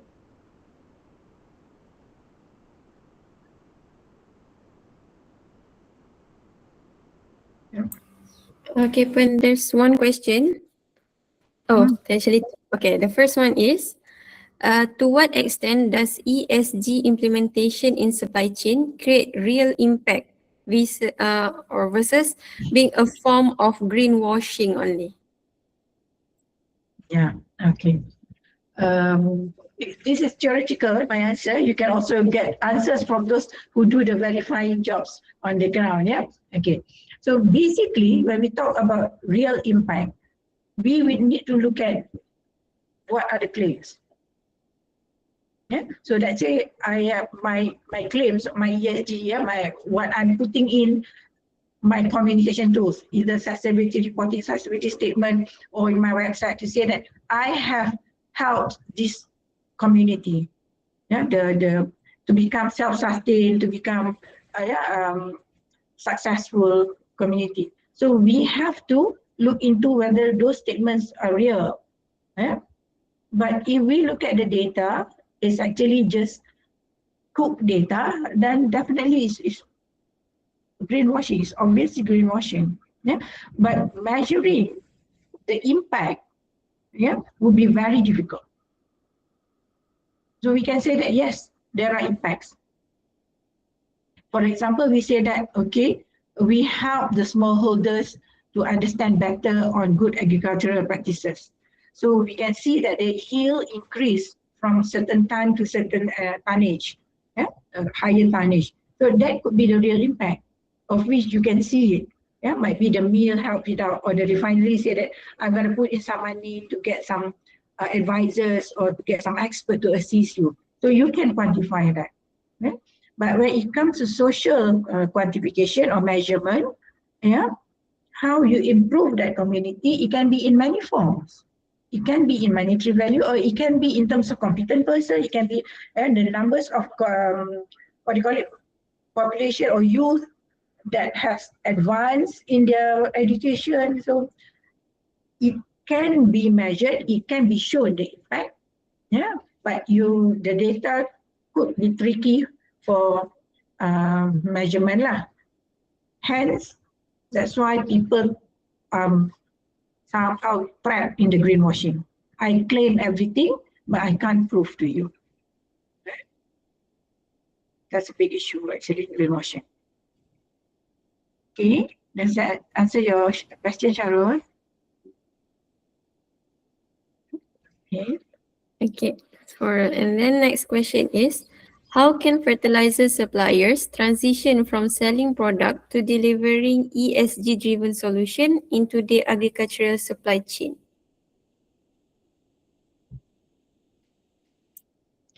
Fertilizer supplier transition from selling products to delivering ESG-driven solutions in the supply chain. Well, I think the first thing that they can do is to create awareness. When you go around selling your fertilizers, you can tell people about what is ESG, how they can contribute, and so on. But as a supplier, you also need to know about your products. How environmental, social, friendly or conscious is your product. Then only you can really say that, okay, I'm doing this, or this is not really, when we talk about products, it's not really ESG driven, it's more of sustainability driven products. But the thought or the concept, we are looking at ESG lah. How your product can help create businesses, or how your product can help with the reducing the reducing health issues. So that could be a way of doing it. Does that work? Does that answer your question, Cik Abdullah?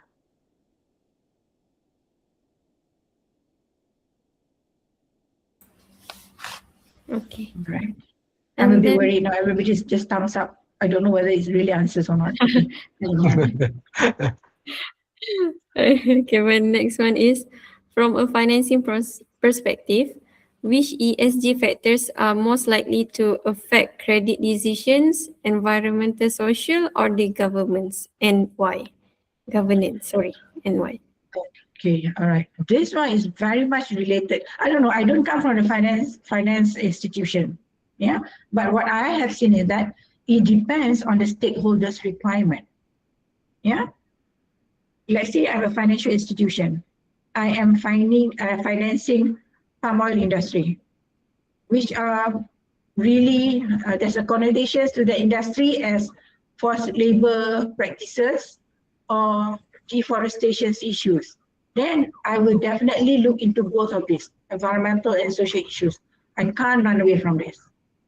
But might be if I am financing other things, for example, let's say construction industry. where the governance part, the transparency part, the award of contract is very important. Then I might be looking into the governance on top of the social issues. Right? So this is not one size fits all. We have got to know who are our audience, the ESG audience, basically.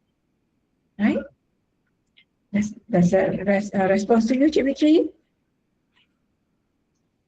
Yes, Puan Sab. But another question, please, if okay. Yes, please. Okay, so let's say when we are talking about palm oil, we have this RSPO, MSPO. So does this standard already fully covered the ESG thing that might attract the interest of the stakeholder? Is it enough, or is it sufficient, or there should be more, maybe framework for the companies to comply with? Okay, thank you for the questions. So this is why during the early stage or our initial part, I asked down what do we look at when we talk about ESG and when we talk about sustainability. Because certification, we are looking at the sustainability part. We are having the practices. We are telling the world that we are doing good. We are doing things in a good way, in the accepted manner. Yeah? But when it comes to ESG, it is very much related to the audience, to the stakeholder. What do they want? Yeah? So we cannot equate certification, fulfill ESG. But information or records from the sustainability practices can be used for the same thing, for the ESG reporting as well. We can do that. But it doesn't equate that. Does that answer? Or does it answer the intentions? Right. Thank you, Puan. Okay, thank you. Okay. Any other questions? Jasmani, do you have any question because you raised up your hand previously, or should I move with follow-up question from Abdullah Faik? Okay. Okay, just follow up. The follow-up question from Abdullah Faik is just now, we are selling chemical fertilizer. In today's ESG-driven market, is it necessary for chemical fertilizer suppliers to incorporate organic or sustainable alternative to remain competitive? Yeah, obviously, people are more receptive or more open to products that claims that are environmental friendly or sustainability practices friendly. Yeah? So if you want to remain competitive, as you put it, definitely you will have to look into that. Okay. Okay, thank you. Thank you. Okay, so can we, Ms. Nadia? Okay. Yeah, okay, this is me again, Puan.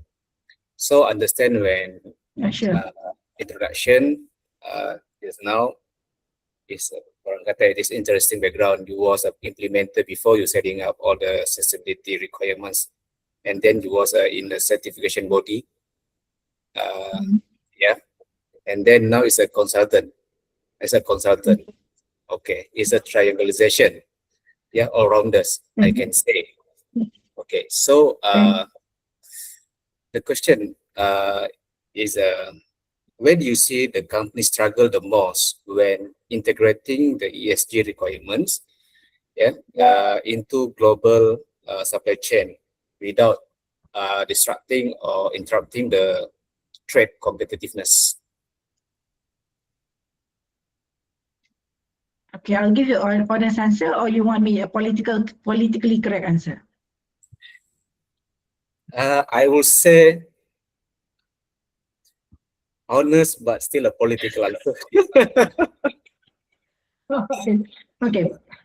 This is a brutal reality. Yeah, my honest answer is that understanding of what is ESG, understanding what is the requirement or how it benefits you by really implementing or incorporating incorporating the ESG requirements into your operation, which means that sustainability practices and the way you put it to the world. I'm doing this and so on. Because most of us, we take ESG on board as part of requirements for our business. So in this case, we do it half-heartedly, without understanding. I was asked to do, I do it. So in this case, when you want to improve area, I'm sure all of you will be familiar with materiality index. What are the things? So you need to be honest with yourself first. So this is the main challenges now. So that's why initially I was saying that many of us start to carve out the stakeholders. The one that make troubles to us, we take them out as our stakeholders. So when you start doing that, that is the first wrong move. So in this case, you will not be able to capture the actual, intent of the ESG that you're going to implement. Is that what you're asking?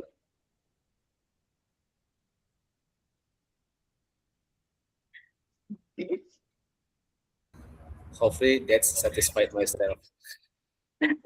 Okay, all right. Thank you for the insight. Okay. Disconnected by the way. Okay, all right. Okay, thanks. Okay, so let's continue with the next slide. Okay, what are the information required for ESG? Or to prove your claims on the ESG part. All right, so very much into operational issues or very much at the operational level, you have to have, if you're talking about traceability, then information of your locations, geolocations, all those kind of things, legal document, land titles, all those kind of things are the very basic, data. If you talk about environmental and social evidence or your monitoring,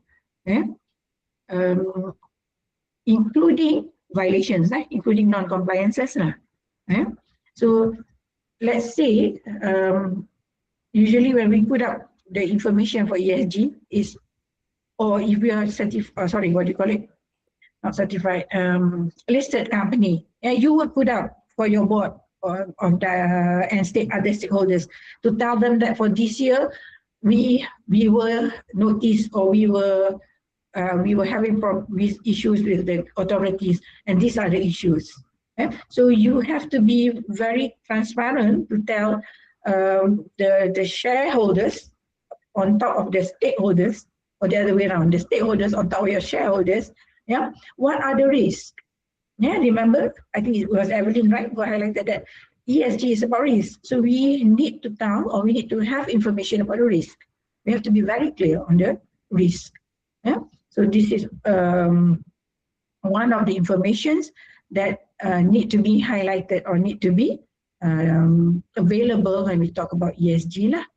Right? Okay, next one.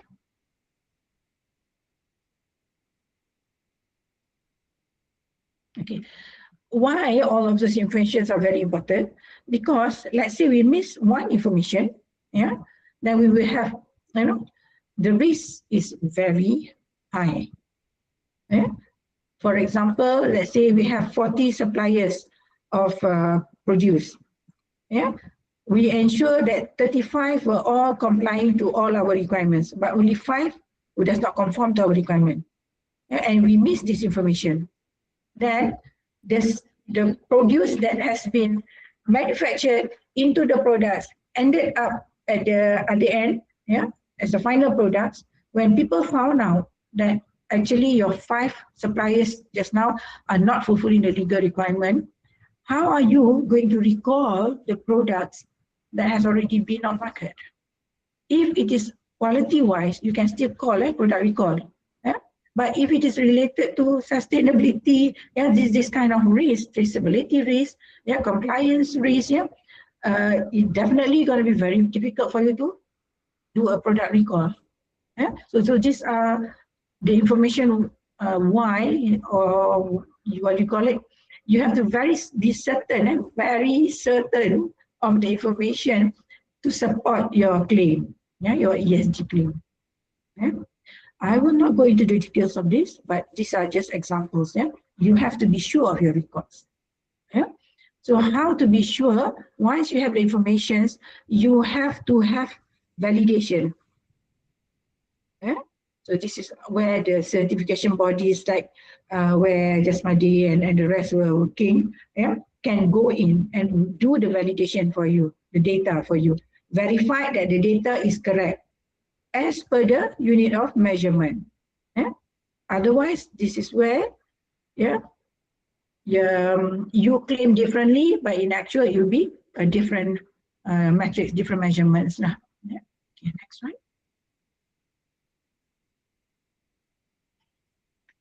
Okay. I think we have looked into this just now. Yeah, what example, what do you call it? Part of the risk, yeah, in your supply chain. Yeah, UDR. We discussed about this. Yeah, talk about commodities in the UDR, which covers this 7.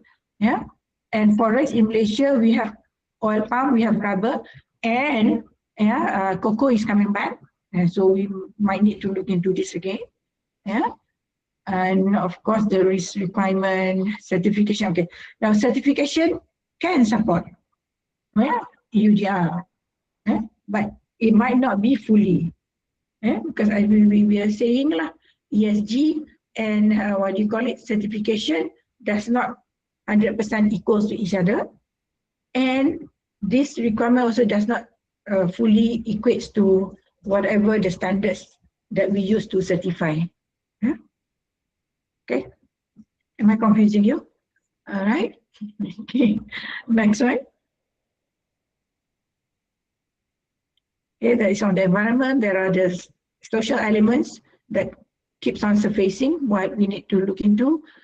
Forced labor indicators. Okay, our biggest issue in Malaysia is that many of us are still in denial mode. When we go to site and we talk to people that there are 11 indicators of forced labor, and they will say that I fulfill all except one. Yeah? So why are you still saying that I'm still practicing forced labor? Yeah, so the indicator does not say that only 10 or only 2. Yeah? The moment that you have any of the 11 indicators, there are practices of forced labor, which is an issue with the international level. Yeah, so as a nation, we are being monitored annually. Yeah, if we look at the TIP report, yeah, the US what do you call it, State of Department produced the report, yeah, the TIP, trafficking in person, yeah, we were never in the good ratings, yeah. So these are the things that being monitored at a global level indicates, or we have the connotations that we are not practicing the good things related to labor or forced labor. Yeah. We talk about recruitment fee, that's an indicator of the forced labor, wages, yeah, housing, all of these are under the forced labor indicator. And you will see in the next slides, yeah, actually, yeah, why it is important for us to know not only us, but the practices of our contractor, because it will also lead us into problem. We will look at the subsequent slides, yeah. Okay, I think we can go to the next one. Okay, so this is one of the real case scenario, LGB Holdings, of which, yeah, way back in actually 2011, when Wall Street Journal started the so-called investigations, and then filed it in 2015, yeah, and only early of this year, if I'm not mistaken, yeah, they have been lifted from the CBP. Yeah. Apart from LGB, there are also other companies, yeah. SGP or SGKT also have the same issue, and then in the rubber industries, yeah, Top Glove have the same issues. What do you call it? There are a few other glove industries in glove manufacturing that has the same issues. Yeah, so these are where the issues sometimes very much related to your contractor. It might not be your own practices, but your contractor, and you still need to understand and minimize the risk. Yeah. Okay. Anybody who are not familiar with this case and you want a different separate session, we can have. But In this case, I believe it's well documented. You can read on this FGV, SDP. In fact, there is another company way back in 2013, 15, up to 2015 also, where they are being monitored by, what do you call it, a Netherlands NGO, by one of the Netherlands based NGO. Right, next one. Okay, that one was a real case in the agricultural industry, but there are also cases which in non-agriculture, but very much related to labor issues in Malaysia. But what I'm highlighting here is that the case is not only within Malaysia. Just now is CBP is on the US, but this one, Dyson, the case of Dyson is this case is brought to UK court. So, and if you heard about this Kawaguchi, that was, I think, towards end of last year, or was it end of the previous year? The Kawaguchi is the supplier to Daikin, Sony, and Panasonic. So they have this, what do you call it, forced labor issues until the JTK, Ministry of Human Resources, as well as the government got involved into this. And now, what the market is forcing, or the interested shareholders are working on, is that not to blame or not to take actions on the Kawaguchi, not on the mill itself, not on the factory itself. Kawaguchi is the manufacturing, the supplier to Daikin, Sony, and Panasonic. So now actions on top of the Kawaguchi, actions are being taken against Daikin, Sony, and Panasonic. The key point is that this manufacturing, Daikin, Sony, and Panasonic, are not taking sufficient action against their supplier. So this, when we talk about supply chain, we cannot run away from these kind of cases. Dyson, it was filed in UK, and this one, Daikin, Sony, and Panasonic, I haven't got any details update, but what I know from our sharings with colleagues, this is being filed in Japan under violations of human rights. Okay, and this could also happen to us at any time if we are not careful. Right, next one. All right, so to ensure that we are ready with the ESG, we can ask ourselves these kind of questions.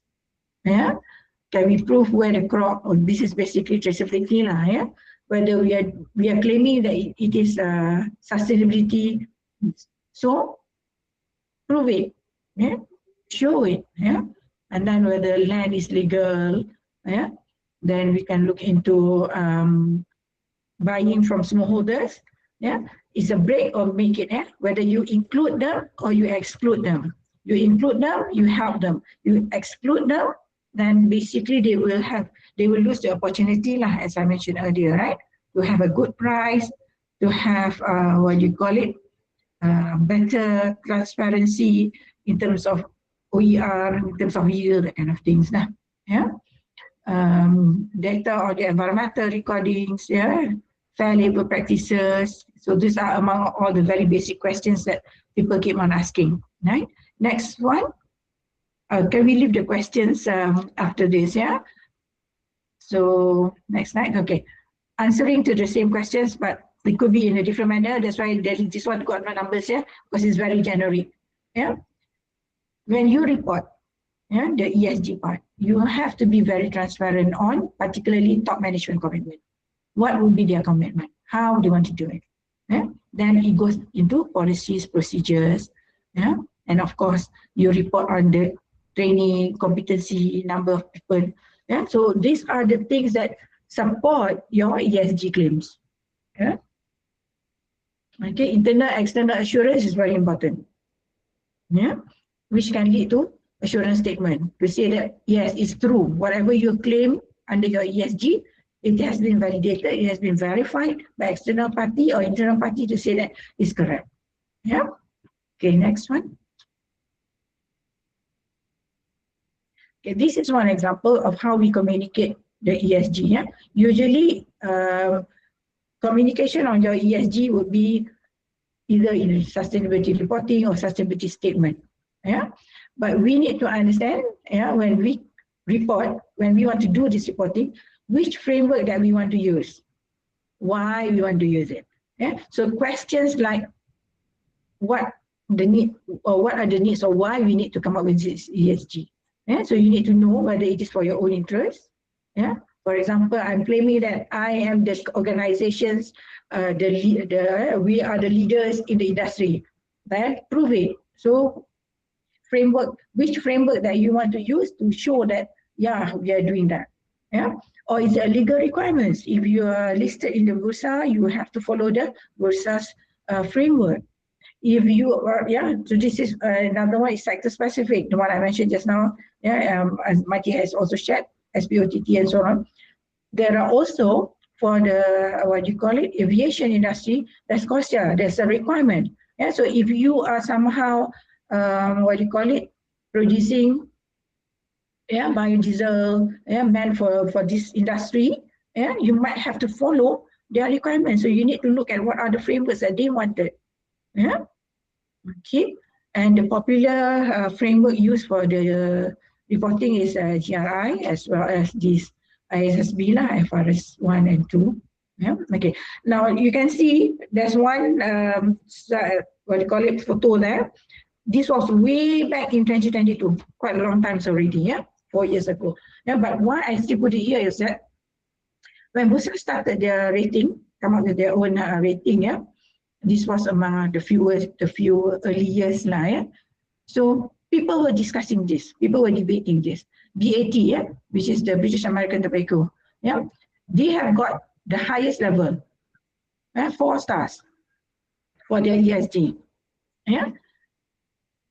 So they fulfill all the criteria and they back 4 stars. But then people are saying that, okay, your practices, okay, you are highlighting that you have got good doing things now, but then your product itself is tobacco-based products.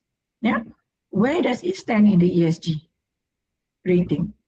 Yeah? So again, yeah, remember earlier when we talked about SRI, yeah, socially responsible investing. Yeah, it has not just been vanished. Yeah? It still comes out. Yeah?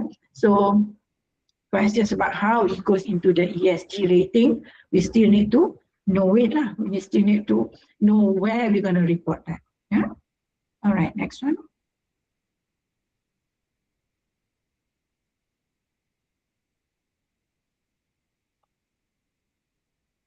Okay.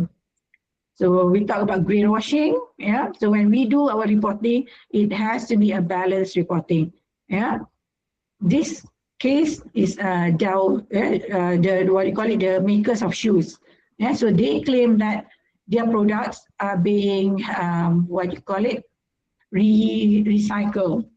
Yeah, all of their products are being recycled into playgrounds and running tracks lah. But yeah, in each of their pair of shoes there are chips, which people trace back that is actually being sold in flea market. So instead of being recalled, being taken back to recycle, it was actually sold in flea markets. So this company, yeah, was really under attack because it's so-called greenwash. You claim you are doing this, but in actual, this is not the actual what you call it, case on the ground lah. So that's why we need to have a balanced reporting, meaning that you cannot only report the good things. You have to also report for the ESG part, yeah. What are the things that you want to improve? What are the things that you are having at this point in time? You are having issues, you're having challenges that you want to improve. So these are the things that you have to be transparent. Anything that is very, what do you call it, positive, things that are only good, yeah, it becomes greenwashing. So please, inform the organizations, or if you are working with them or you're doing work for them, yeah, never to be trapped under the greenwashing. Nowadays, there's another term, green hushing. Yeah, they wanted to do something, but afraid that they will be, what you call it, attacked under greenwashing. So they do it slowly, but not mentioning to anyone until they are very clear of the impact of what they're doing, then only they inform it. So there is greenwashing. Okay, next one. Okay, so there's 2 more slides, then we can look into the questions and answer. Yeah? Okay, so the key takeaways is basically ESG could be a trade issues. Yeah, because it could be an obstacle to your market access. If you don't fulfill the buyers, the importing country's requirement, then it could lead to non-fulfillment. You cannot, what you call it, sell your products. Yeah. And when you talk about ESG, you have information, you have data. Yeah. It is very important to have the data validated. You cannot just claim, then it becomes greenwashing again. Yeah. And you need to know the risk. Yeah. Your weakest link, you need to know what are the risks. And you have really to tackle that. Make sure that there is no left unturned. You really need to know what are your risks and how you're managing it. Okay. And for the industry, agricultural industry, on top of environmental issues, labor issues and social issues are very prominent. Okay, next one. Okay, and when you communicate about ESG, you have to make sure that it is communicated effectively. Yeah, you need to know who are your audience, target audience. Then only you'll be able to communicate with them clearly. Yeah, otherwise, yeah, you will only manage to cover certain stakeholders, but the others would not be covered. And these are the ones that will say that, oh, your ESG are actually not doing good. When in actual, you might have not communicated with them. This is the problem with Asians. Yeah, yeah, we do lots of things, but we don't tell them, or we don't let anybody knows what we are doing. We talk about regenerative. Yeah, I'm sorry, I'm not trying to it because I don't know much about it. But actually, it has been produced or has been practiced long time ago. It's just that now the terms is coming out. Yeah, so these are the things. I mean, know your stakeholders so that you can communicate well with them. Yeah, so balanced reporting, just as I mentioned just now, positive, negative, yeah, risk, challenges, you have to communicate. All right. Okay, that's the last slides. The next one is, if you want to communicate with us, these are the details. Let's look at the question. We've got 3 minutes. Okay, the first question is, based on the regulation and buyers' requirements such as EUDR, NDP, IRF, and other certification, does this include or plan being included in MSPO for Malaysia context?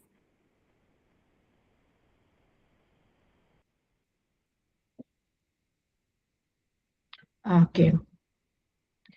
Right. Well, if it's EUDR, NDP, these kind of things, yes, it's already in the current one, but it is not called or identified as EUDR or identified as NDPE lah. Yeah. But the standards in that. Yeah. But if you talk about IFRS, yeah, I know. Yeah. If it's about GAG, then we are only putting it at a very, what do you call it, minimal level. Yeah, it's more of an awareness level. And we have not, the standard itself would not be able to cater for the requirement at the international level. I have to be honest on that, don't know. Yeah, at this point in time, no. Okay. Okay, next question is, a common challenge in sustainability reporting is that companies tend to disclose both positive and negative impact primarily when such information becomes publicly known or is subject to regulatory security. In the absence of these drivers, there is generally limited incentive to voluntarily disclose impacts, and organizations may be reluctant to provide transparency on negative aspects of their operations. I think it's not a question, it's like sharing, right, sir? Yeah. I believe so. And yeah, I agree with that. Yeah, not many people wanted to to share all the negative things. But in general, as an agent of change, we are helping them, right? We have to let them know that if you hide it or if you don't put it transparently to the external parties who have interest on your operation, when that thing becomes an issue, then your damage control will be at a very, highest level. But if you slowly put it in the report, allowing people to know that you are having issues and you are taking actions on it, and the acceptance will be at a different level. Yeah. Okay. Okay, Puan. Next question is, as an educator preparing the next generation for the agribusiness industry, what specific ESG-related skills, mindset, or knowledge do you believe are currently needed in the graduates entering the global supply chain workforce? Okay, thank you so much for this question. Yeah. A lot of things actually. Yeah. But to me, we have to look at which generations. Next generations means that this current generation is graduating. Yeah. I think in terms of skills, it can be taught. Yeah. But mindset is very important. Awareness. You have to let them know why you're doing this. Yeah? Otherwise, again, it's just that doing it for the sake of doing, would have a different outcome. So when they understand how it impacts their life, how it impacts their family, how it impacts the nation, then the way they would work or the way that they enter the industry with that kind of mindset would be a very successful implementation for those organizations that engage in them. Right? This is very important, and yet I can only answer it in a very generic, means. Yeah, I cannot be very specific. Yeah. Okay. So we have another questions, right?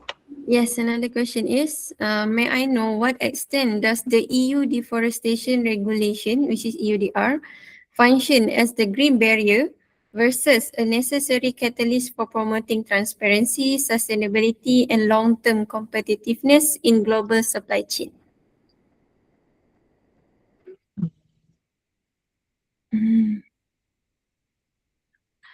Okay. Again, this is on how you look at it. Yeah. We know that the cutoff date is 2020. Yeah? So basically January 2021. If you open up the area, you will not be eligible for EUDR.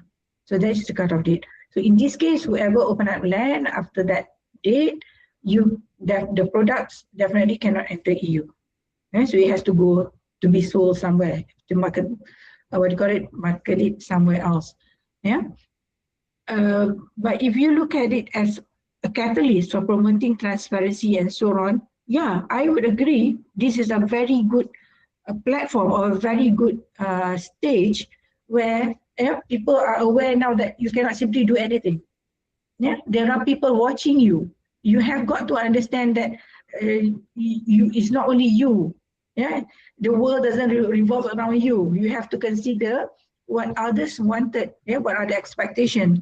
What people expect on you. Yeah, and in this case, might be at this point in time, in the case of certification, for example, like RSPO, there are compensation mechanism. For MSPO, there is none. But for EUDR, we have not heard of anything at all. Yeah, I guess it's a total cut. Nothing you can do about it. So it's just a good way of making people aware that there are consequences. Yeah. Okay. So does that answer your question?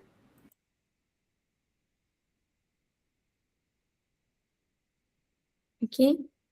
So everyone, we have time for one final question. So feel free to open your mic or just put your question in the chat box.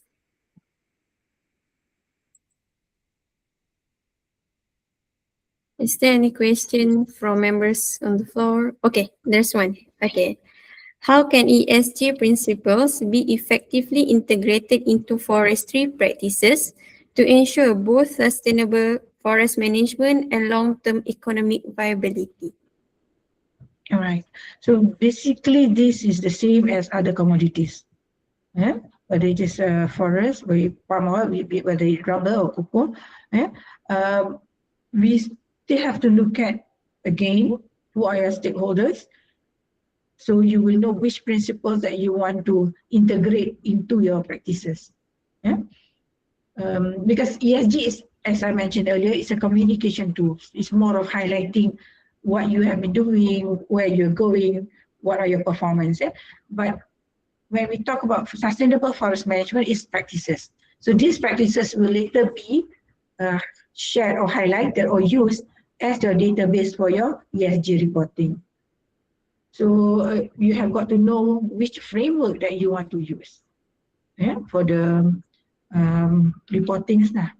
In terms of long-term economic viability, yeah, when you practice sustainable forest management, definitely there are what do you call it? Long-term economic viability to it. Okay. All right. All right. Any other questions? Let me pick another one. Okay. I think that's all fun. And so thank you, Puan Sabarinah, for the eye-opening session. And thank you also for everyone for your active participation. So ladies and gentlemen, before we move to our final photography session, it is my pleasure to invite our program advisor, Dr. Muhammad Zahid, to share some closing reflection on today's session. So Doctor, the screen is yours. Right, sure. Thank you so much, Fazila, Master of Ceremony, for today's session. Assalamualaikum warahmatullahi wabarakatuh. Good afternoon. It's now 5:06 p.m. We started at precisely at 2 p.m. just now. It is either the content was genuinely excellent, coming from the speaker, or your internet is actually too slow to disconnect itself. I prefer to choose the first one. Congratulations to everyone who is still here with us. We started, I believe, with 30 participants. It increased up to 50, then ultimately to 80 participants, and now we still have 45, approximately 45 participants. I would like to acknowledge everyone who is in this room, because this is not a typical postgraduate seminar. We have participants leveraging the benefit of this digital platform. We have participants from Indonesia, from Thailand, from I invited as well from other countries, and this combination of thoughts, ideas, and intellectual sharing coming from the experienced speakers. We have Mr. Zulkarnain. Thank you so much, Tuan Zulkarnain, for joining us. Tuan Ibn Amin, I recall, right? Ibn Amin, and there are many more industry players who joined us just now. Tuan Remy, if you can still remember, he's not here with us anymore. But today, the discussion has actually sparked into many deep thoughts for each and every one of you, whether compliance is a mere compliance, or perhaps each and every one of us has to rise up and play the game as well. Not just being a witness or observer, but play the game as well. Jadi, on behalf of the Faculty of Plantation and Agrotechnology, I don't want to waste any more time. Also coming from the Dean, I would like to thank Puan Sabarinah, Marzuky. Thank you so much for your time, for your slideshow, very inspiring, and definitely your words that come out coming from your triangulation expertise, like Madi said just now. Thank you to every participant near and far, to my students who made this possible. Terima kasih, syukran, thank you. Wabillahi taufiq wa hidayah. Assalamualaikum warahmatullahi wabarakatuh. Thank you everyone. It's such an honor. Thank you, Puan. Thank you, yes, Dr. Muhammad Zahid juga. Okay. Thank you, Doctor, for the closing remarks.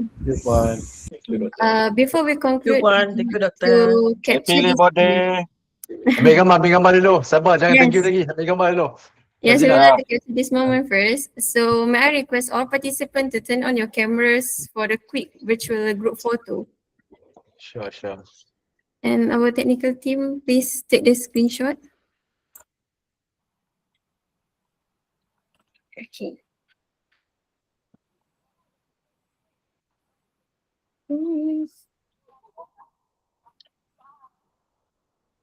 Okay. In the count of 3, 2, 1. Saya dah cakap. Okay, dah. And then kita buat freestyle. In the count of 3, 2, 1, freestyle. Alright. Okay, Fazila. Good job. Okay. Okay, ladies and gentlemen, this concludes our CEO Talk our program for today. On behalf of the organizing community, we extend our sincere gratitude to Puan Sabarinah, lecturers, and all of you for your presence and support in making this event a success. We hope that today's insight on ESG and supply chain inspire your academic and professional journey. To officially bring our session to a close with blessing, let us recite the Tasbih Kafarah and Surah Al-Ans together.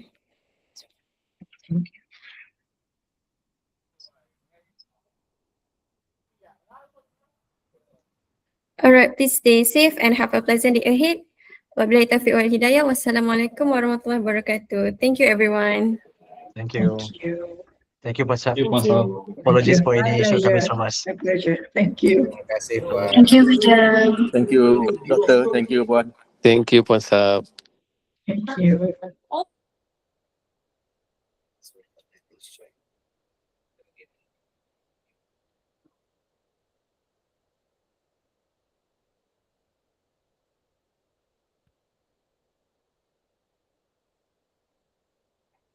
All right. Have a great evening, everyone. Thank you, you too. Bye-bye. Good job, everyone. Good job, organizers. Okay, bye-bye. Selamat berehat. Assalamualaikum. Thank you semua. Alright. Happy Labor Day.